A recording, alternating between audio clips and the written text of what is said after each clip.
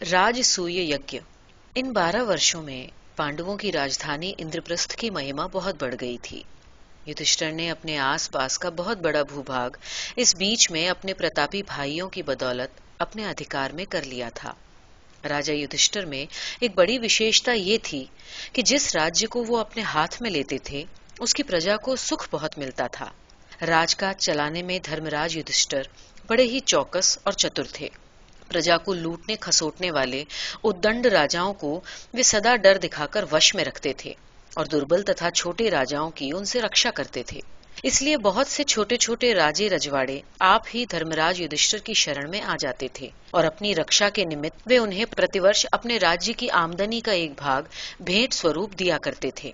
धर्मराज युधिष्ठिर का खजाना अब हीरे मोती जवाहरात और सोने चांदी से भर गया था। उन्होंने अपनी सेना की शक्ति भी इतनी बढ़ा ली थी कि हस्तिनापुर के कौरव लोग उन्हें सहसा किसी प्रकार का नुकसान पहुंचाने का साहस नहीं कर सकते थे। पांडव लोग भी उस समय तक उत्तर भारत के महत्वपूर्ण शक्तिशाली शासक माने जाते थे। एक दिन अर्जुन, भीम, युधिष्ठिर इत्यादि सभी भाई बैठे हुए थे। राजा युधिष्ठिर ने कहा कि मेरा विचार अब राजसूय यज्ञ करने का है। भगवान ने जिसे भीम और अर्जुन के समान महान योद्धा भाई दिए हों, उस राजा को राजसूय यज्ञ करना ही चाहिए। भाइयों ने कहा कि आप बड़े हैं, जैसा उचित समझें करें, परंतु हमारी सलाह ये है कि इस संबंध में कुशल मंत्रियों और विज्ञजनों से आपको मंत्रणा कर लेनी चाहिए। संयोग से नारद जी पहुंच गए। प्राचीन काल में हमारे देश में नारद नाम के भिक्षुओं की एक जमात थी। इसी तरह चरक नाम के एक दूसरे प्रकार के साधुओं की भी जमात थी।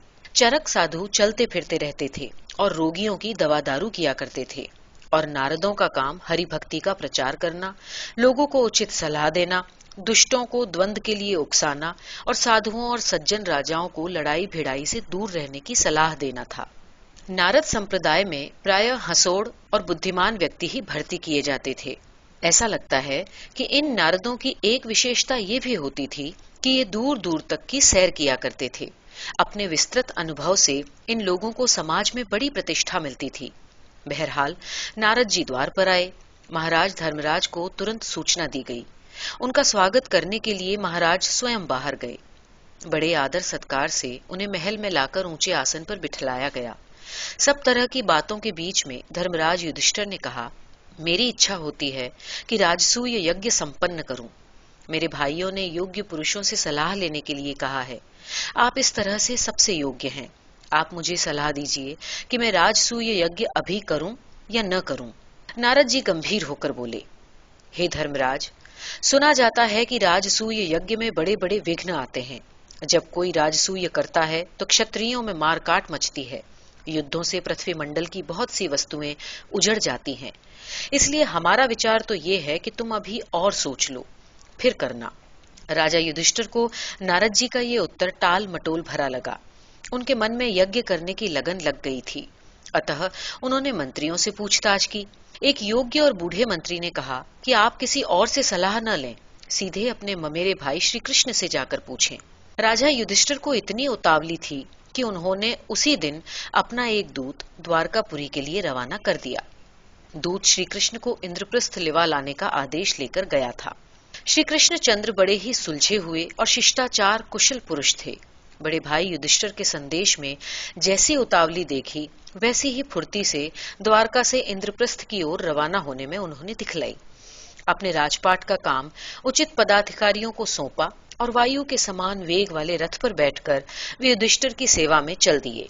जब इंद्रप्रस्थ पहुंचे तो नगर के द्वार पर ही धर्मराज युधिष्ठिर और महाबली भीम ने अपने छोटे भाई का स्वागत किया।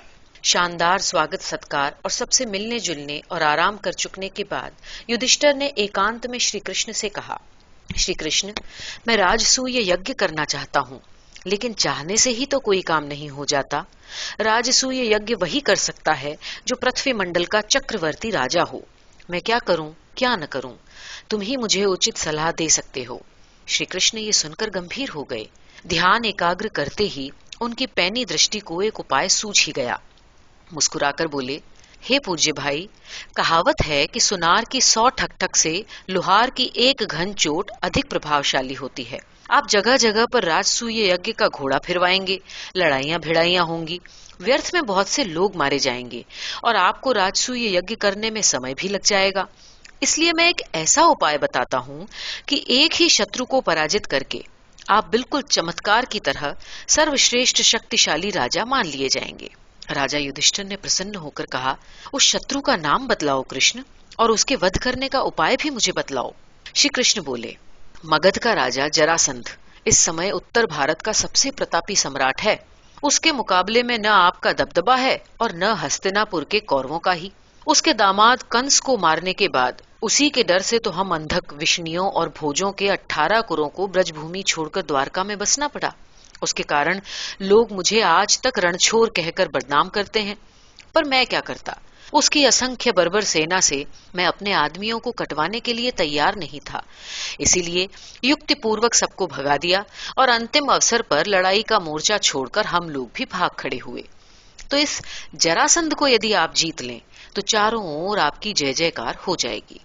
ये सुनकर युधिष्ठिर गहरी सोच में पड़ गए। उन्होंने कहा, जरासंध की सेना अपार है। उत्तर पश्चिम में हिमालय पार भगदत्त, जिसे आज बगदाद के नाम से जाना जाता है, उत्तर पश्चिम में हिमालय पार भगदत्त का कलसी राजा जरासंध का पक्का मित्र है। दक्षिण के पांडु राजा तक उसके आगे सर झुकाते हैं। तुमने शत्रु तो सचमुच ऐसा बतलाया कि यदि जीता जा सके तो एक ही दिन में चारों ओर हमारा डंका बज जाएगा। पर श्री कृष्ण, जरासंध को हम आखिर किस उपाय से जीत सकते हैं? श्री कृष्ण बोले, उपाय न सूझता तो मैं आपको ऐसे शत्रु का नाम न बतलाता। जरासंध की सैन्य शक्ति से लड़ना हमारे वश की बात नहीं, परंतु दूसरा उपाय भी मैंने सोच रखा है। जरासंध नामी पहलवान है। कुश्ती में और गदा युद्ध में उसकी टक्कर यदि कोई ले सकता है तो अपने भीम भाई। जरासंध युक्ति पूर्वक कुश्ती के लिए ललकारा जाएगा और ईश्वर की कृपा से इसी उपाय से आपको अनंत यश लाभ हो जाएगा। जरासंध एक ऐसा प्रबल शत्रु था जिसका पहले से ध्यान किए बिना ही उन्होंने अपनी राजसूय यज्ञ की महत्वाकांक्षा जगा ली थी। अब युधिष्ठिर मन ही मन पछता रहे थे और कुछ कह न पाते थे। भीम बड़े प्रबल हैं, पर जरासंध एक तो स्वयं प्रबल, दूसरे अनेक राक्षस धर्मी राजाओं को उन्होंने अपना मित्र भी बना रखा है। वो अकेले द्वंद्व युद्ध में अपने एक भाई का त्याग करने से कतराने लगे। उन्होंने बात को शांतिपूर्वक भाव के उपदेश में बदलते हुए कहा कि जरासंध से टकराने की इच्छा हम तत्काल टाल जाएं तो कुछ बुरा न होगा। अर्जुन धर्मराज की टाल मटोल मुद्रा से खौल उठा। उसने कहा, भैया, आपकी शांति इत्यादि की बातें अच्छी हैं, परंतु रोग के समान ही शत्रु भी बिना उपचार के नष्ट नहीं होते। जरासंध ने सैकड़ों राजाओं को कैद कर रखा है, उनकी स्त्रियों को अपने महलों में बंद कर रखा है। दक्षिण के पांडु राजा भीष्म बेचारे इतने सज्जन और माननीय महापुरुष को भी जरासंध ने अपमानित किया। दुष्टता, अन्याय और क्रूरता को रोकना क्या अशांति फैलाना है? मैं समझता हूँ कि ऐसे दुष्ट को युद्ध में पराजित करना पांडवों के योग्य कार्य है। महाबली भीम ने भी अपने ताल ठोके। तब धर्मराज युधिष्ठिर श्री कृष्ण के प्रस्ताव को अस्वीकार न कर सके। उन्होंने कहा, हे केशव, तुम इतने चतुर और विज्ञ हो कि जैसा चाहते हो वैसा ही होता है। ये कहकर उन्होंने श्री कृष्ण, भीम और अर्जुन को गले लगा लिया। विजय कामना के हेतु तिलक आदि शुभ शकुन किए गए और तीनों भाई इंद्रप्रस्थ से जरासंध की राजधानी के लिए निकल पड़े। तीनों ने अपना वेश ब्राह्मणों जैसा बना रखा था। रास्ते भर वे उसी प्रकार नियम कर्म करते हुए चले गए। जरासंध की राजधानी में पहुंचकर उन्होंने राजा के महल पर जाकर कहा कि 3 तपस्वी ब्राह्मण आपसे अभी मिलना चाहते हैं। शत्रुओं के लिए जरासंध भले ही असुर हो, लेकिन तपस्वियों, साधु और सन्यासियों के लिए वो बड़ा ही विनम्र था। इनमें से अथवा पढ़ने वाले विद्यार्थियों में से कोई भी अपनी विपदा लेकर ऐन आधी रात को उसके पास आ जा सकता था। श्री कृष्ण उसकी इस विशेषता को जानते थे। जरासंध से भेंट होने पर उन्होंने भीम और अर्जुन के संबंध में बतलाया कि ये दोनों तापस मौन व्रती हैं। इनका मौन आधी रात में टूटता है, अतः ये लोग अपनी मांग आपको उसी समय बता सकेंगे। जरासंध बोला, अच्छा, आप लोग यज्ञशाला में ठहरिए, मैं आधी रात के समय ही इन तपस्वियों से बात करने आऊंगा। अपने वचन के अनुसार जरासंध आधी रात को यज्ञशाला में आया। दोनों भाइयों ने उसे अपने बीच में बिठलाकर भीम ने उससे कहा, हम दोनों तपस्वियों की केवल यही मांग है कि शिवजी को मुंडों की माला अर्पित करने के लिए आपने जिन असंख्य छोटे छोटे राजाओं को पकड़ रखा है उन्हें तुरंत मुक्त करें। अपने अत्याचारों से जनता को अब अधिक पीड़ित न करें, और यदि आपको मेरी बात स्वीकार नहीं तो फिर मैं आपको अपने साथ मल्ल युद्ध या गदा युद्ध लड़ने की चुनौती देता हूँ। राजा जरासंध ये सुनकर चौंक गए। फिर कहा कि मैं आपकी दोनों ही मांगे स्वीकार नहीं कर सकता। मैं नहीं चाहता कि कोई तपस्वी ब्राह्मण मेरे हाथों मारा जाए। भीम बोले, जब मैंने न्याय की बात कही तब ब्राह्मण की तरह सोच रहा था, और जब मैं अन्याय को चुनौती दे रहा हूँ तब वो क्षत्रिय धर्म के अनुसार सोच रहा है। हर मनुष्य को दिन भर अवसर के अनुकूल ब्राह्मण, क्षत्रिय, वैश्य और शूद्र, इन चारों ही प्रकार के विवेक से काम लेना चाहिए।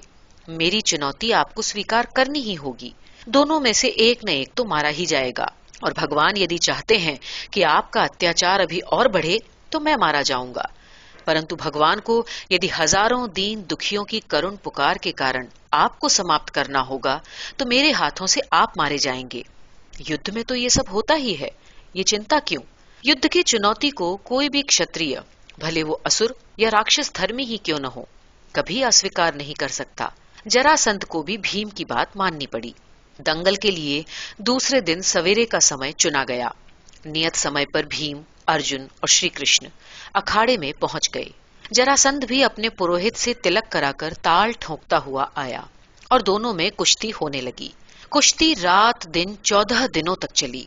14वें दिन की रात थी। जरासंध अपनी पकड़ में अब कुछ थका थका सा लग रहा था। चतुर श्री कृष्ण ने, जो स्वयं भी एक अच्छे पहलवान थे, तुरंत मौका ताड़कर भीम को ललकार कर बात ही बात में बड़ी ही सफाई से एक संकेत दिया। भीम कृष्ण की बात ले उड़े। उन्होंने जरासंध को सांस लेने का अवसर न देकर एक ऐसा दाव मारा कि वो पत्थर की चट्टान के समान धमाक से अखाड़े में गिर पड़ा। गिरते ही भीम ने पूरी शक्ति के साथ जरासंध को इतना रगड़ा कि उसकी जान ही निकल गई। पांडवों की सेना भी चुपचाप मगध की सीमा पर पहुंच चुकी थी। जरासंध के मरने का समाचार पाते ही पांडव सेना ने ऐसे झपाटे के साथ मगध में प्रवेश किया कि जरासंध की घबराई हुई सेना ने आतंकित होकर आत्मसमर्पण कर दिया। जरासंध को मारने के बाद भीम ने गरज गरज कर ऐसी दहाड़े मारी कि कायरों के कलेजे दहल उठे। इन भाइयों ने पहले नरबलि दिए जाने के कैदी बनाए गए उन सारे राजाओं को मुक्त किया। राजा युधिष्ठिर के नाम की डुग्गी पिटवाई। पांडवों तथा श्री कृष्ण का आना सुनकर सभी लोग नए सिरे से इन महापुरुषों का दर्शन करने के लिए व्याकुल होने लगे। सभी दीन दुखियों ने उनको बहुत दुआएं दी। मगध जीतकर पांडव लोग सचमुच उत्तर भारत के सर्वश्रेष्ठ प्रतापी बन गए थे। उनकी धाक जमी, धन मिला, सेना बढ़ी और पांडव लोग दिग्विजय के लिए निकल पड़े। चारों भाइयों ने दूर दूर तक विजय प्राप्त की। इस प्रकार कुछ ही वर्षों में इंद्रप्रस्थ के राज खजाने में अपार धन संपदा जमा हो गई। अनेक राज्य पांडवों का लोहा मानने लगे। यूनानी, शक और मंगोलों तक को अर्जुन ने अपने वश में कर लिया। इन देशों से अर्जुन बड़ी धन संपदा ले आया। राजा के पास धन बढ़ने से राजधानी की प्रजा के पास भी संपदा बढ़ने लगी। चारों ओर खुशहाली देखकर धर्मराज ने अब राजसूय यज्ञ करने का निश्चय किया। बड़े बड़े दूर के मित्र, राजे, महाराजे न्योते गए। हस्तिनापुर के कौरवों को बहुत आग्रह के साथ न्योता गया। भीष्म पितामह, द्रोणाचार्य, अश्वत्थामा, विदुर और सभी कौरव भाई इस अवसर पर इंद्रप्रस्थ पधारे। बड़े समारोह के साथ यज्ञ हुआ। ब्राह्मणों और गरीबों को नित्य ही दान दिए जाते थे। यज्ञ के अंत में अवशेष दिवस आया। सत्कार के योग्य सारे महर्षि, ब्राह्मण और राजा लोग सभा मंडप में बुलाए गए। जब सब लोग आदर सहित अपने अपने स्थान पर विराजमान हो गए, तब ये विचार हुआ कि सभा में पहला तिलक किस श्रेष्ठ पुरुष को लगाया जाए। इस संबंध में युधिष्ठिर ने अपने कुल के बड़े बूढ़े भीष्म पितामह से सलाह मांगी। भीष्म ने कहा कि इस सभा में यूं तो एक से एक बढ़कर नररत्न बैठे हैं, परंतु उनमें श्री कृष्ण ही ऐसे महापुरुष हैं जिनमें सबसे अच्छे गुण तुम्हें एक साथ देखने को मिल जाते हैं। इसलिए तुम पहली पूजा श्री कृष्ण की करो। युधिष्ठिर के लिए इससे बढ़कर खुशी की कोई बात हो ही नहीं सकती थी। वो जैसे ही श्री कृष्ण का अभिषेक करने के लिए आगे बढ़े, तभी चेदि के राजा शिशुपाल क्रोध में भुनभुनाते हुए उठ खड़े हुए। उन्होंने कहा, ये नीच कृष्ण पहली पूजा पाने के योग्य कदापि नहीं है। शिशुपाल ने क्रोध में आकर श्री कृष्ण के विरुद्ध कहनी न कहनी बातें आरंभ कर दी। उन्होंने भीष्म पितामह को भी ये चुनाव करने के लिए बड़ी खरी खोटी सुनाई। भीष्म ने ठंडे स्वर में उन्हें समझाने का प्रयत्न किया, परंतु शिशुपाल ने किसी की एक न सुनी। वो सभा मंडप से उठकर वापस चला गया और थोड़ी सी दौड़ धूप से उसने अनेक राजे महाराजाओं को इस बात के लिए सहमत कर लिया कि यदि कृष्ण को पहली पूजा मिली तो हम युद्ध करेंगे। युधिष्ठिर ने अपने समारोह में ये विघ्न आया देखकर उसे शांतिपूर्वक टालने का प्रयत्न किया, पर शिशुपाल की हठधर्मी अब अपनी जगह ऐसी जम चुकी थी कि उसे कोई नहीं समझा सका। उसकी गालियों से दूसरों के कान पकने लगे और सबने श्री कृष्ण की शांत भाव से प्रशंसा की। अपने को अकेला पाकर शिशुपाल क्रोध और कुंठा के मारे पागल हो गया। वो भीष्म पितामह, भीमसेन, युधिष्ठिर और अर्जुन आदि को भी श्री कृष्ण की निंदा के साथ साथ लपेटने लगा। सभी उससे क्रुद्ध हो उठे। श्री कृष्ण ने शांत और गंभीर स्वर में सभी लोगों से कहा, हे नरपतियों, ये पापी हम यादवों का पुराना शत्रु है। हम यादवों ने कभी चेदियों के साथ कोई बुराई नहीं की, पर यह अवसर पाते ही हमारा अनिष्ट करता है। जब हम प्राग ज्योतिषपुर, आज का आसाम, गए हुए थे, तब ये दुष्ट जाकर हमारी द्वारकापुरी को जला आया था। मेरे पिता के अश्वमेघ यज्ञ के घोड़े को चुराकर इसने जला दिया, उनके यज्ञ में विघ्न डाला। इसने एक तपस्वी स्त्री का अपमान किया। करूष राजा का वेश बनाकर ये अपने मामा की लड़की को धोखे से उठा लाया। इसके पाप अनंत हैं। इसका स्वभाव आप देख ही रहे हैं। अपनी बुआ का लड़का समझकर उनको दिए वचन के कारण मैं अब तक इसको बराबर क्षमा करता आया हूँ, पर अब मैं इस पापी को दंड देने का अधिकारी हूँ और मैं इसे दंड दूंगा। ये कहकर श्री कृष्ण ने सब राजाओं के देखते ही देखते अपनी सधी उंगली से नचाकर ऐसा चक्र फेंका कि दूसरे ही क्षण शिशुपाल की गर्दन धड़ से कटकर अलग जा पड़ी। शिशुपाल की इस घटना से हंसी खुशी के वातावरण में थोड़ी मलिनता अवश्य आ गई, पर शिशुपाल के मारे जाने से उसके नौकरों चाकरों के सिवाय और कोई दुखी न था। इस प्रकार धर्मराज युधिष्ठिर का राजसूय यज्ञ संपन्न हुआ। युधिष्ठिर का व्यास जी की सलाह से राजसूय यज्ञ पूरा हो गया। बाहर से आए हुए सारे मेहमान विदा हुए, पर अभी निकट के नाते गोते यहीं पर टिके हुए थे। उसी बीच एक दिन व्यास जी आए। धर्मराज ने यथोचित रूप से उनका स्वागत किया। वे बोले, पुत्र, तुम्हारे यज्ञ और वैभव को देखकर मैं बड़ा आनंदित हूँ। तुम कुलरत्न हो, परंतु एक बात कहे जाता हूँ कि एक की सफलता दूसरे कुछ लोगों के मन में ईर्ष्या बनकर समाती है, और ईर्ष्या फिर जिस अंतिम परिणाम बिंदु को छूती है, उस बिंदु का नाम है विनाश। तुम इस बात पर विचार करना और यूं ही अपनी उन्नति करते हुए भी सदा इस बात का ध्यान रखना कि तुम्हारी सेना के द्वारा अनावश्यक रक्तपात कभी न हो। व्यास जी ये उपदेश देकर चले गए। अब भाइयों की पंचायत बैठी। व्यास जी की बात का मतलब कुछ कुछ तो साफ सामने दिखलाई पड़ रहा था। इस यज्ञ की सफलता से कौरव लोग जलभुन गए हैं। भीष्म पितामह, द्रोणाचार्य और विदुर को छोड़कर हस्तिनापुर से आए हुए ये कौरव नातेदार सदा सीधी बातों का उत्तर भी जली कटी तरह से दिया करते थे। युधिष्ठिर ने अपनी ओर से यहाँ तक बड़प्पन दिखलाया कि दक्षिणा देने के लिए सुयोधन को कोष का अधिकार सौंप दिया। एक एक भाई की देखभाल के लिए नौकर, चाकर और दीवान आदि नियुक्त कर दिए, परंतु वह समारोह में जला कटा ही बना रहा। कभी कभी तो भीम और अर्जुन अपमान के घूंट पीकर रह जाते, परंतु युधिष्ठिर की आज्ञा थी कि घर आए मेहमान की कड़वी बातों को भी अमृत मानकर ग्रहण करो। अब ये यज्ञ पूरा हो चुका था। बाहर का भीड़ भक्कड़ समाप्त हो चुका था। भीमसेन, अर्जुन, द्रौपदी आदि ने आपस में ये निश्चय कर रखा था कि बाद में किसी न किसी रूप में इसे नीचा अवश्य दिखलाया जाएगा। भाइयों की इस गुप्त योजना की भनक युधिष्ठिर के कानों में भी पड़ चुकी थी। इसलिए व्यास जी के उपदेश का सहारा लेकर उन्होंने ये सलाह दी कि जहाँ इतने दिनों तक चुप रहे, वहाँ कुछ दिन और धीरज धरो। 4 दिन के मेहमान हैं, लौट के अपने अपने घर चले जाएंगे। बेकार में रार क्यों उठाई जाए। सब भाई चुप थे, लेकिन उनके मन उबल रहे थे। भीमसेन ने कहा, देखिए, हम आपकी बात भले ही मान जाएं, पर द्रौपदी देवी जो सोच चुकी हैं, वो तो आज वो करके ही रहेंगी। और अर्जुन तो अपनी पत्नी का समर्थन कर ही रहा है। मैं भी इस पक्ष में हूँ कि बात बात में हमारी हर वस्तु को तुच्छ बतलाकर अपने बुद्धि और शौर्य की हेकड़ी बघारने वाले मूर्ख की बुद्धि आज नापी जाएगी। उसकी कोई गर्दन तो नहीं काटी जा रही कि आप शांति शांति का उपदेश देने लगे। और फिर देवर भाभी में सदा से हंसी विनोद होता रहा है। द्रौपदी सुयोधन के बीच में भला आप और हम क्यों पड़े। युधिष्ठिर ने अपने सब भाइयों को जब इसी मत का पाया तो फिर कुछ न कहा। चौथे पहर सुयोधन, सुशासन, भीम, अर्जुन, नकुल, सहदेव आदि महलों के भीतर अपने निजी बगीचे में सैर करने के लिए गए। ये बगीचा यूं तो बड़ी भूमि घेरे हुए था, परंतु उस समय के बड़े बड़े बागीचों के समान बहुत बड़ा नहीं था। पर इस अंतःपुर के बगीचे में रानियों के मनोविनोद के लिए बड़ी बड़ी चमत्कारी चीजें बनी हुई हैं। बनावटी झरने, लुका छिपी खेलने के लिए गुफाएं और सब ऐसी कलात्मक कि देखते ही मन लुभा जाए। कई भूल भुलैया भी हैं। एक जगह चलते चलते ऐसा लगता है कि अब रास्ते पर पानी आ गया है और आगे भी पानी ही पानी भरा है, मगर सचमुच वहां ऐसा कुछ नहीं था। मय दानव इंजीनियर के यहाँ ईरान के कुछ ऐसे हुनरमंद कारीगर भी थे जो कि पॉलिश करते समय पत्थर को पानी की तरह चमका दिया करते थे। सारनाथ का सिंह स्तंभ जो महाभारत के कई सौ वर्ष बाद बना था और जिस चतुर्मुखी स्तंभ को हमारे आज के स्वतंत्र देश की सरकार ने अपना राष्ट्र चिन्ह बनाया है, उस जमाने की पॉलिश का प्रमाण पत्र देने के लिए आज भी मौजूद है। सुशासन, दुर्योधन एक जगह सबके साथ चलते चलते एकाएक ठिठक कर खड़े हो गए, परंतु दूसरे लोग आगे बढ़ने लगे। दुर्योधन बोला, अरे अरे, कहाँ पानी में जा रहे हो तुम लोग? द्रौपदी हंस पड़ी, बोली, वाह लाला जी, बड़ी मोटी दृष्टि है तुम्हारी भी। कभी शायद ऐसे बागीचों में टहलने का अवसर तुम्हें मिला नहीं पहले। दुर्योधन कुछ न बोल सका, पर मन ही मन कट कर रह गया। पत्थर की सड़क पार करके सब लोग कहीं घास के मैदान में आ गए थे। फूलों की क्यारियां सबका मन लुभा रही थीं।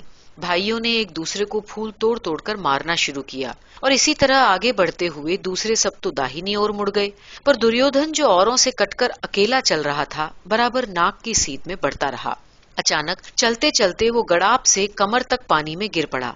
दुर्योधन के सारे कपड़े लथपथ हो गए। भीम आदि जो दूर से उसकी दुर्दशा देखकर हंस रहे थे, उनमें भी भीम तो ऐसे ठठाकर हंसे थे कि दुर्योधन उस अपमान और अपनी दुर्दशा से जल भुन गया। खैर, बाहर निकाले गए और उनकी धुलाई पुछाई हुई, कपड़े बदलवाए गए। नकुल या सहदेव में से किसी भाई ने दुर्योधन से पूछा कि भाई साहब, आप धरती की घास और पानी पर उगने वाली वनस्पति को पहचान न सके? इस पर द्रौपदी ने ताना कसा, लाला जी बेचारे क्या करें, अंधे का बेटा तो अंधा ही होता है। दुर्योधन को अपने अपमान में अब कोई कसर बाकी न लगी। वो ऊपर से तो कुछ न बोला, पर मन ही मन अपनी ईर्ष्या से घुलता रहा। 2-4 दिनों बाद ये लोग भी हस्तिनापुर के लिए विदा हुए। रास्ते में दुर्योधन के मामा शकुनी ने एक दिन एकांत में उससे पूछा, तुम इतने उदास क्यों हो भैया? लंबी लंबी सांसें लेकर रह जाते हो, आखिर बात क्या है? दुर्योधन ने कहा, मामा, युधिष्ठिर का भाग्य तो देखो, क्या था और क्या बन गया। अर्जुन ने दूर दूर के राजाओं को झुकाकर उस मूर्ख युधिष्ठिर को धर्मराज बना दिया। कैसा भव्य राजसूय यज्ञ युधिष्ठिर ने किया कि दूर दूर तक उसका यश छा गया है।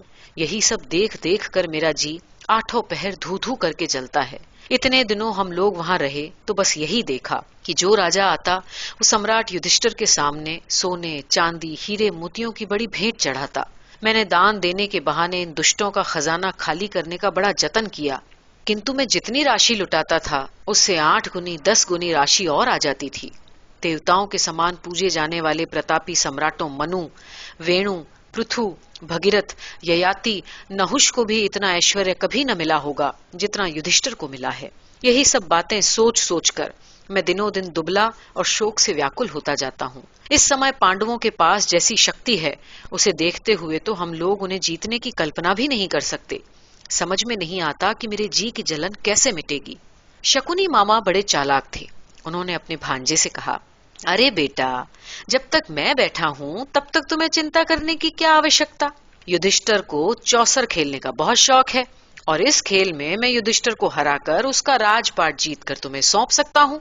दुर्योधन बोले, मामा, तुम मेरे बड़े ही हितकारी हो। वाह, क्या तरकीब निकाली। इसमें न भीम की गदा काम आ सकती है, न अर्जुन का गांडीव। आपकी चतुराई के आगे युधिष्ठिर ठहर ही नहीं सकते। बस, तो फिर हमें चटपट इस काम को कर डालना चाहिए। शकुनी ने कहा, पहले तुम अपने पिताजी को इस बात के लिए राजी कर लो। वो और भीष्म पितामह हमारी योजना खटाई में डाल सकते हैं। यदि तुम्हारे पिता सहमत हो जाएं, तो फिर भीष्म इत्यादि हमारा कुछ नहीं बिगाड़ सकेंगे। दुर्योधन बोला, अरे मामा, पिताजी मुझे इतना चाहते हैं कि मैं निसंदेह इस प्रस्ताव के लिए उन्हें राजी कर लूंगा। दुर्योधन अपने पिता के पास गया और कहा कि आप हमारे प्रस्ताव को कृपया अस्वीकार न करें। धृतराष्ट्र ये जानते थे कि ये कार्य अच्छा नहीं है। उन्होंने अपने बेटे को समझाने की कोशिश भी की, परंतु दुर्योधन की समझ में ऐसी बातें आ ही नहीं सकती थीं और दुर्योधन के हट के आगे धृतराष्ट्र हार मान जाते थे। उन्होंने सोचा कि यदि मैंने इसको जुआ खेलने की आज्ञा नहीं दी तो निश्चय ही ये सोच के मारे घुल घुल कर बीमार पड़ जाएगा, और अपने बेटे के मोह में धृतराष्ट्र ने जुआ खेलने की आज्ञा दे दी उन्होंने विदुर मंत्री से कहा कि आप इंद्रप्रस्थ जाकर युधिष्ठिर को न्योता दे आइए। महात्मा विदुर ने राजा धृतराष्ट्र को बहुत समझाया कि बच्चों के दबाव में आकर आप ये गलत कार्य न करें, इसका नतीजा अच्छा नहीं होगा। धृतराष्ट्र स्वयं ईर्ष्यालु थे, इसलिए महात्मा विदुर की ये सलाह उन्हें उचित नहीं लगी। वे कुछ मुंह फुलाकर बोले, आप तो मेरे बच्चों को इतना बुरा समझते हैं कि उनके मनोरंजन में भी आपको कुटिलता दिखलाई देती है। इस बात का उत्तर बेचारे विदुर क्या देते, चुप मारकर चल दिए। इंद्रप्रस्थ पहुंचकर उन्होंने युधिष्ठिर को सारा हाल सुना दिया। कहा कि गांधार का राजा शकुनी और चित्रसेन, सत्यव्रत आदि कुछ छटे हुए धूर्त सामंत आपको जुए में हराकर तबाह करने पर तुले हैं। मेरी समझ में तो आपको वहां नहीं जाना चाहिए। युधिष्ठिर बोले, न्योता यदि दुर्योधन ने भेजा होता तो मैंने संदेह उसे टाल जाता, किंतु जब स्वयं पूजनीय काका जी ने मुझे जुआ खेलने के लिए बुलाया है, तब तो न जाना भी पाप होगा। पांडव भाई हस्तिनापुर से आए हुए इस प्रस्ताव से बड़े चिंतित थे, पर वे क्या कर सकते थे। निमंत्रण धृतराष्ट्र की ओर से था और युधिष्ठिर को जाने से कोई रोक नहीं सकता था। धर्मराज युधिष्ठिर, उनके चारों भाई और महारानी द्रौपदी हस्तिनापुर के लिए निकल पड़े। जुए में पराजय। हस्तिनापुर पहुंचने पर पहले तो सब भाइयों का खूब स्वागत सत्कार हुआ। फिर दूसरे दिन जुए का दरबार लगा। भीष्म पितामह, द्रोणाचार्य और विदुर जैसे बड़े बूढ़े लोग दुर्योधन और शकुनी के इस षड्यंत्र से बड़े दुखी थे। जब राजा ही अपने बेटों के मुंह में पड़कर ऐसा अनुचित काम कर रहा हो, तब भला कोई क्या कर सकता है। चौपड़ की बिसात बिछी, युधिष्ठिर महाराज अपने आसन पर बैठ गए, परंतु जब उनके सामने दुर्योधन की जगह पर शकुनी मामा बैठे तो युधिष्ठिर ने कहा, मैं तो दुर्योधन के साथ चौपड़ खेलने आया हूं, आप क्यों बैठते हैं। दुर्योधन बोला, मामा मुझसे बढ़िया चौपड़ खेलते हैं, इसलिए वे ही मेरी ओर से खेलेंगे। युधिष्ठिर बोले, भाई तुम्हारी बात उचित नहीं, जो खेलने के लिए बुलाए वही खेले। शकुनी बोला, खेल को कम समझने वाला अगर अपनी ओर से किसी जानकार को साथ ले लेता है तो उसमें कोई दोष नहीं। यदि तुम्हें मेरे साथ खेलने में डर लगता है तो साफ साफ कहो। युधिष्ठिर बोले, क्षत्रिय वीर किसी भी परिस्थिति में डरा नहीं करते, मैं आपकी चुनौती को स्वीकार करता हूं, चलिए पासा फेंकिए। दाव पर दाव चलने लगे। शकुनी मामा बेईमानी से पासे पलटने की कला में बड़े पक्के थे। वो इतनी सफाई से पासा पलटते थे कि कोई भाप भी नहीं पाता था। दाव पर दाव पड़ने लगे और युधिष्ठिर की हार होती चली गई। धन हारे, सारा राजपाट हारा और दुर्योधन आदि दुष्टों के चुनौतियां देने पर वो एक एक करके अपने भाइयों को भी हार गए। अपने मुकुट और आभूषण उतार कर भी अर्जुन, नकुल और सहदेव ने एक एक करके अपना आसन छोड़ दिया। मुकुट और आभूषण कौरवों के द्वारा जीती हुई धनराशि के ढेर के पास रखे और धरती पर दासों की तरह सिर झुकाकर बैठ गए। प्रतापी राजकुमारों की ये दुर्गति देखकर सभा में बैठे हुए सभी भक्त लोगों को रोना आ गया। जिस भीम और अर्जुन के नाम से दुश्मनों के कलेजे थरथर कांपते हैं, जो सदा अजेय सिद्ध हुए हैं, वो महाबली इस समय जुए के दाव पर हारे हुए पराजित दास बने बैठे हैं, सो भी घर में, कहां स्वयं अपने ही चाचा बाबा के घर में। सत्यवादी मंत्री विदुर जी ये देखकर चुप न बैठ सके। उन्होंने खड़े होकर महाराज से कहा, हे राजन, जुआ सारे पापों की जड़ माना गया है। हम उसके बुरे परिणामों को इस समय प्रत्यक्ष अपनी आंखों से देख रहे हैं। क्या आपको ये अच्छा लगेगा कि आपके सगे भतीजे आपके घर में अपने बाप, दादा, परदादा की इस राजधानी में इस तरह दास होकर बैठे? हे महाराज, इस जुए को तुरंत बंद करने का आदेश दीजिए। दुर्योधन ये सुनकर तड़प उठा, चोट खाए शेर की तरह उछलकर अपने आसन से उठा और बोला, हे विदुर, अब हम तुम्हारी बगुला भक्ति को अच्छी तरह से पहचान गए हैं। तुम हमारा नमक खाते हो और हम ही को आंखें दिखा रहे हो। हम स्वयं धर्मराज युधिष्ठिर से पूछते हैं कि क्या वे अब भी हमारी इस जुए की चुनौती को स्वीकार करते हैं या कायर की तरह रण से भाग जाना चाहते हैं। विदुर फिर से बोले, महाराज, किसी की सज्जनता का अनुचित लाभ उठाना धार्मिक और न्यायिक पुरुषों का कार्य नहीं। ये जुआ मनोरंजन के लिए नहीं खेला जा रहा, यह आपके बेटों के द्वारा द्वेषवश खेला जा रहा है। दुर्योधन चालाक शकुनी के सहारे युधिष्ठिर को दाव प्रति दाव हरा रहा था और आप सुन सुनकर प्रसन्न हो रहे थे। याद रखिए, ये जुआ नहीं, विष बीज है। इससे आपके कुल का नाश हो जाएगा। जब विदुर इस प्रकार आवेश में बोल रहे थे तो काने शकुनी मामा के इशारे पर दुर्योधन और दुशासन आदि कौरव भाई युधिष्ठिर को चुनौतियां देने लगे।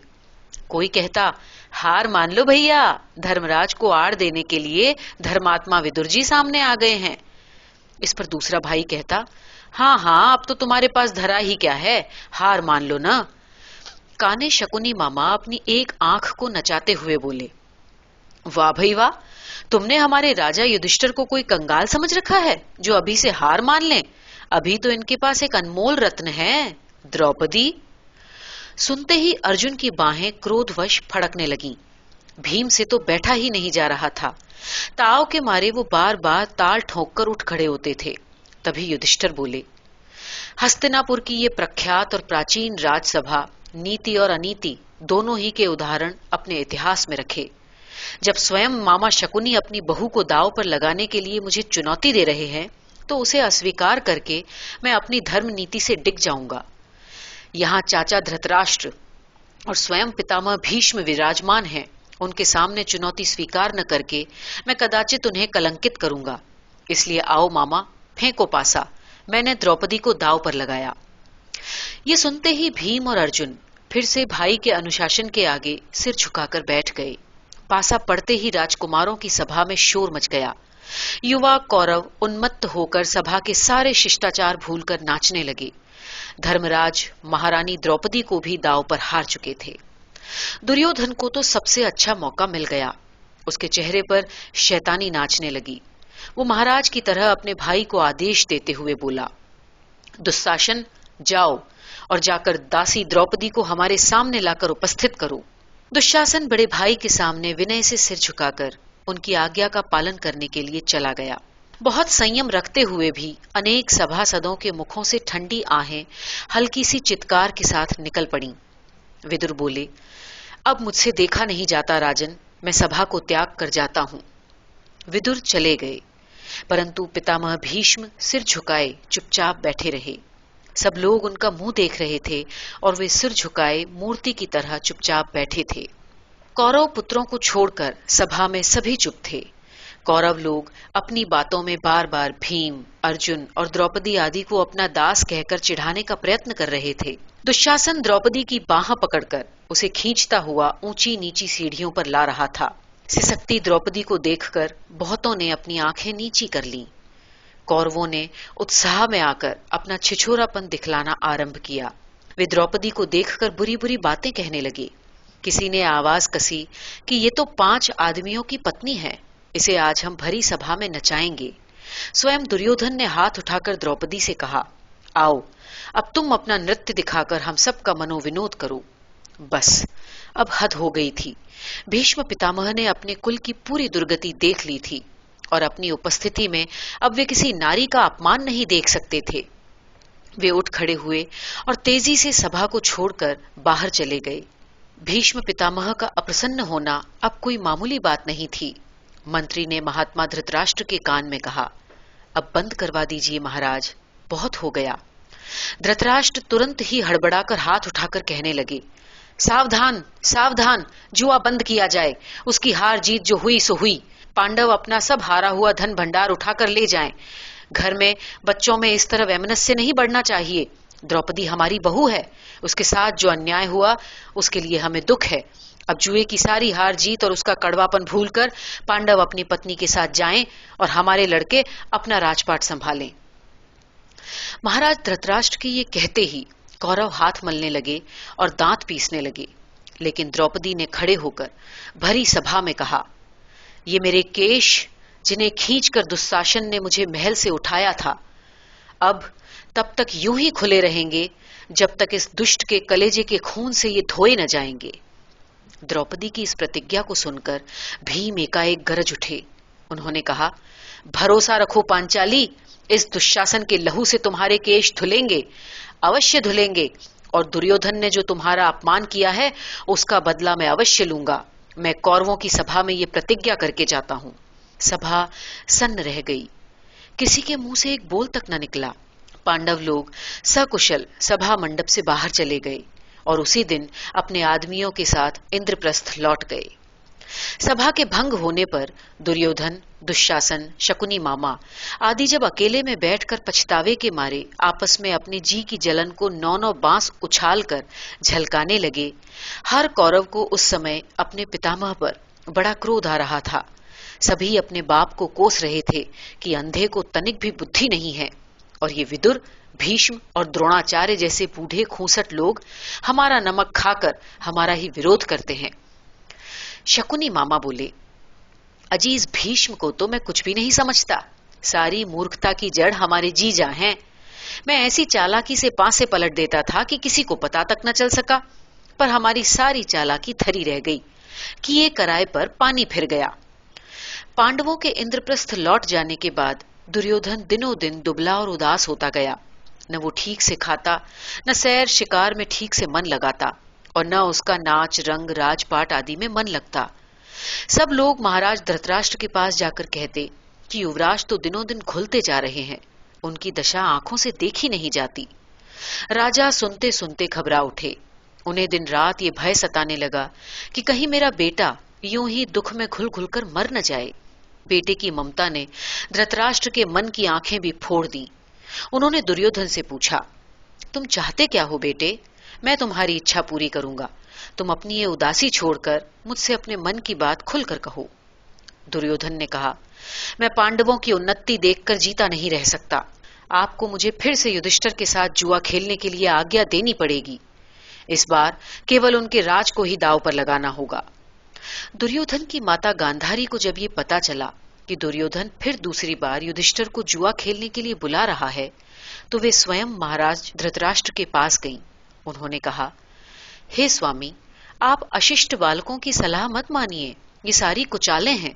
आज भले ही हार जीत अच्छी लगे, पर इसका नतीजा अंत में बहुत बुरा निकलेगा।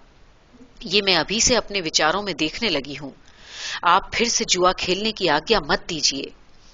राजा धृतराष्ट्र ने अपनी बुद्धिमती पत्नी की इन बातों को सुनकर गांधारी से कहा, प्रिय, मैं दुर्योधन की इच्छा अवश्य पूरी करूंगा। युधिष्ठिर एक बार फिर जुआ खेलने के लिए बुलाए जाएंगे। इसके परिणाम स्वरूप यदि हमारे वंश का नाश होना ही बदा है, तो फिर होनी को मैं कैसे रोक सकता हूं? गांधारी निराश होकर लौट गई। हस्तिनापुर राज्य की ओर से महाराज धृतराष्ट्र ने इंद्रप्रस्थ के महाराज अपने भतीजे युधिष्ठिर को फिर से चौसर खेलने का न्योता भेजा। दूसरी बार भी छल भरा न्योता पाकर किसी भाई की राय नहीं थी कि ये न्योता स्वीकार किया जाए, परंतु युधिष्ठिर बोले, विधाता की प्रेरणा से ही सारे प्राणी भले बुरे फल पाते हैं, उन्हें कोई टाल नहीं सकता। जब मेरे पूज्य चाचा जी ने मुझे फिर से जुआ खेलने के लिए बुलाया है, तो उसके बुरे परिणाम को जानते हुए भी मैं उनकी आज्ञा को टाल नहीं सकता। जो बुरा होगा सो होगा। मैं चौसर खेलने के लिए फिर जाऊंगा। भाई की आज्ञा के आगे सिर झुकाकर सभी पांडव हस्तिनापुर गए। इस बार द्रौपदी न आई। सभा में शकुनी मामा युधिष्ठिर से बोले, देखो भैया, इस बार हम राजपाट, धन दौलत, दासी आदि दांव पर नहीं लगाएंगे। बस एक दांव पड़ेगी, उसी में हार जीत हो जाएगी। इस हार जीत में केवल एक ही बात टेक पर रहेगी, अर्थात जो हारेगा उसे अपना सारा राजपाट छोड़कर केवल मृगछाला धारण करके 12 वर्षों तक वनवास करना पड़ेगा, और उसके बाद 13वां वर्ष अज्ञातवास में बिताना पड़ेगा। और इस अज्ञातवास में हारने वाले को जीतने वाले ने अगर ढूंढ लिया, तो उसे फिर से 12 वर्ष का वनवास बिताना पड़ेगा। बस यही हार जीत की शर्त रहेगी। सभा में बैठे सयाने लोग शकुनी मामा की चालाकियों को जानते थे। वे नहीं चाहते थे कि महाराज युधिष्ठिर इस शर्त को स्वीकार करें, पर महाराज युधिष्ठिर तो धर्मराज थे। उन्होंने कहा, आइए पासा फेंकिए। शकुनी मामा ने पासे फेंके और फेंकते ही चिल्ला पड़े, मैं जीत गया, मैं जीत गया। एक बड़े राज्य की हार जीत का फैसला जुए के एक दांव में हो गया। राजे महाराजे की तरह जो पांडव लाखों के रत्नाभूषण पहनकर आए थे, वे अब मृगछाला पहनकर वहां से बाहर जा रहे थे। उनको चलते देखकर दुशासन ने बड़े घमंड से कहा, अब हमारे महाराज दुर्योधन ही इस पृथ्वी के चक्रवर्ती राजा हैं। जो लोग हमारी उन्नति में कांटे थे, वे भिखारी बनकर वनवास भोगने जा रहे हैं। बहुत दिनों बाद अभिमानी पांडव दुख और विपत्ति के नरक में ढकेले जा सके हैं। हा हा हा। जीत के गर्व में मतवाले दुर्योधन ने सिंह गति से जाने वाले भीमसेन की नकल में उनके पीछे पीछे मटक कर चलना शुरू कर दिया। सब लोग हंस पड़े। भीम ने भी मुड़कर दुर्योधन का ये मटकना देखा। उन्होंने क्रोध में गरज कर कहा, घबरा मत दुर्योधन, एक दिन तेरे और तेरे साथियों की ये सारी चटक मटक का अंत मेरे ही हाथों से होगा। अर्जुन अपने बड़े भाई को समझाते हुए बोले, भाई, समय आने पर जो करना हो वो कीजिएगा। अभी 13 वर्ष इन्हें गुलछर्रे उड़ा लेने दीजिए, 14वां वर्ष फिर से हमारा होगा। पांडव लोग हस्तिनापुर से चलते समय अपने चाचा धृतराष्ट्र से विदा लेना न भूले। उन्होंने विदुर से भेंट की। विदुर ने उन्हें आशीर्वाद दिया और कहा, तुम्हारा भला हो, कुलदेवता तुम्हें निरोग रखें। हे युधिष्ठिर, आपत्ति आने पर धैर्य पूर्वक यदि अपने कर्तव्य पर विचार करोगे तो तुम्हें दुख में भी अपार सुख मिलता रहेगा। वन गमन। पांडव अपने महलों में आए। द्रौपदी से कहा कि अब राजपाट छूट गया, अब तुम भी तापसी का वेश धारण करो और महल वासिनी से वनवासिनी बनो। रानी द्रौपदी जब तपस्विनी का वेश धारण करके राजमाता कुंती और दूसरी बड़ी बूढ़ियों से भेंट करने के लिए गईं, तो राजमाता उन्हें देखकर शोक के मारे मूर्छित होकर गिर पड़ी। सब स्त्रियां जोर जोर से विलाप करने लगीं। किसी प्रकार कुंती माता को होश में लाया गया, समझाया बुझाया गया। माता कुंती से आशीर्वाद लेकर पांडव लोग द्रौपदी के साथ वनवास को चले। अनेक दास दासियां और स्वामी भक्त राज कर्मचारी लोग भी उनके पीछे हो लिए। प्रजा के लोग तो मानो दीवाने होकर रह गए। वे कहते थे कि जहां हमारे धर्मराज जाएंगे हम भी वहीं जाकर रहेंगे। हम दुर्योधन जैसे दुराचारी और पाप बुद्धि वाले राजा के अधीन कदापि नहीं रहेंगे। प्रजा का ये विलाप देखकर पांडव लोग सचमुच बड़े दुखी हुए। सच बात तो ये थी कि धृतराष्ट्र की धूर्तता को समझते हुए भी उनके जाल में फंसना स्वीकार करने से प्रजा के दुख सुख का ध्यान करना अधिक अच्छा होता। लेकिन अब जो होना था सो हो चुका था।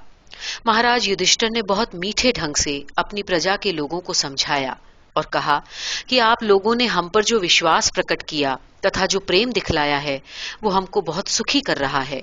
आप लोग सुख से रहें, नए राजा की आज्ञा माने।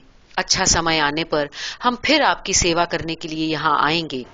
प्रजा को भली भांति समझा बुझाकर पांडवों ने वन की राह ली। एक प्रतापी वंश जो यदि मिलकर चलता तो दूर दूर तक अपने सुशासन से मनुष्य जाति को सुख पहुंचा सकता था, परंतु आपसी ईर्ष्या, द्वेष और जलन का ये परिणाम निकला कि केवल कौरव पांडव ही नहीं वरन हजारों लोगों को विनाश की होली खेलनी पड़ी।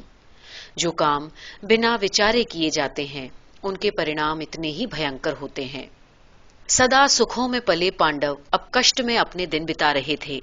वे जंगल से लकड़ी काट कर लाते, कंद मूल फल तथा जंगल में उत्पन्न होने वाली भोजन सामग्री का संग्रह करते, तपोवन के दूसरे ऋषि मुनियों की सेवा बड़े प्रेम और जतन से किया करते। इस प्रकार पांडव भाइयों ने तो अपना मन किसी तरह बहला लिया, किंतु द्रौपदी रानी के मन का दुख किसी भी तरह से हल्का नहीं होता था। पांडवों के फुफेरे भाई श्री कृष्ण को जब पांडवों के वनवास की खबर मिली तो वे वन में पांडवों से मिलने के लिए आए। और भी अनेक राजे आए जिनकी पांडवों के साथ या तो मित्रता थी या वे उनके नातेदार थे। रोज रोज कोई न कोई राजा या सामंत पांडवों से मिलने के लिए जंगल में आया ही करता, किंतु श्री कृष्ण के आने से पांडवों को अपार सुख मिला। द्रौपदी को तो मानो श्री कृष्ण के रूप में सुखों की खान मिल गई। उन्होंने श्री कृष्ण के आगे रो रो कर अपना कलेजा हल्का किया। कहने लगी कि मेरे साथ तो महाबली पतियों ने कोई न्याय नहीं किया। मेरे लाख मना करने पर भी धर्मराज उन बेईमानों से जुआ खेलने के लिए गए और ये दुख के दिन जानबूझकर हमारे लिए लेकर आए।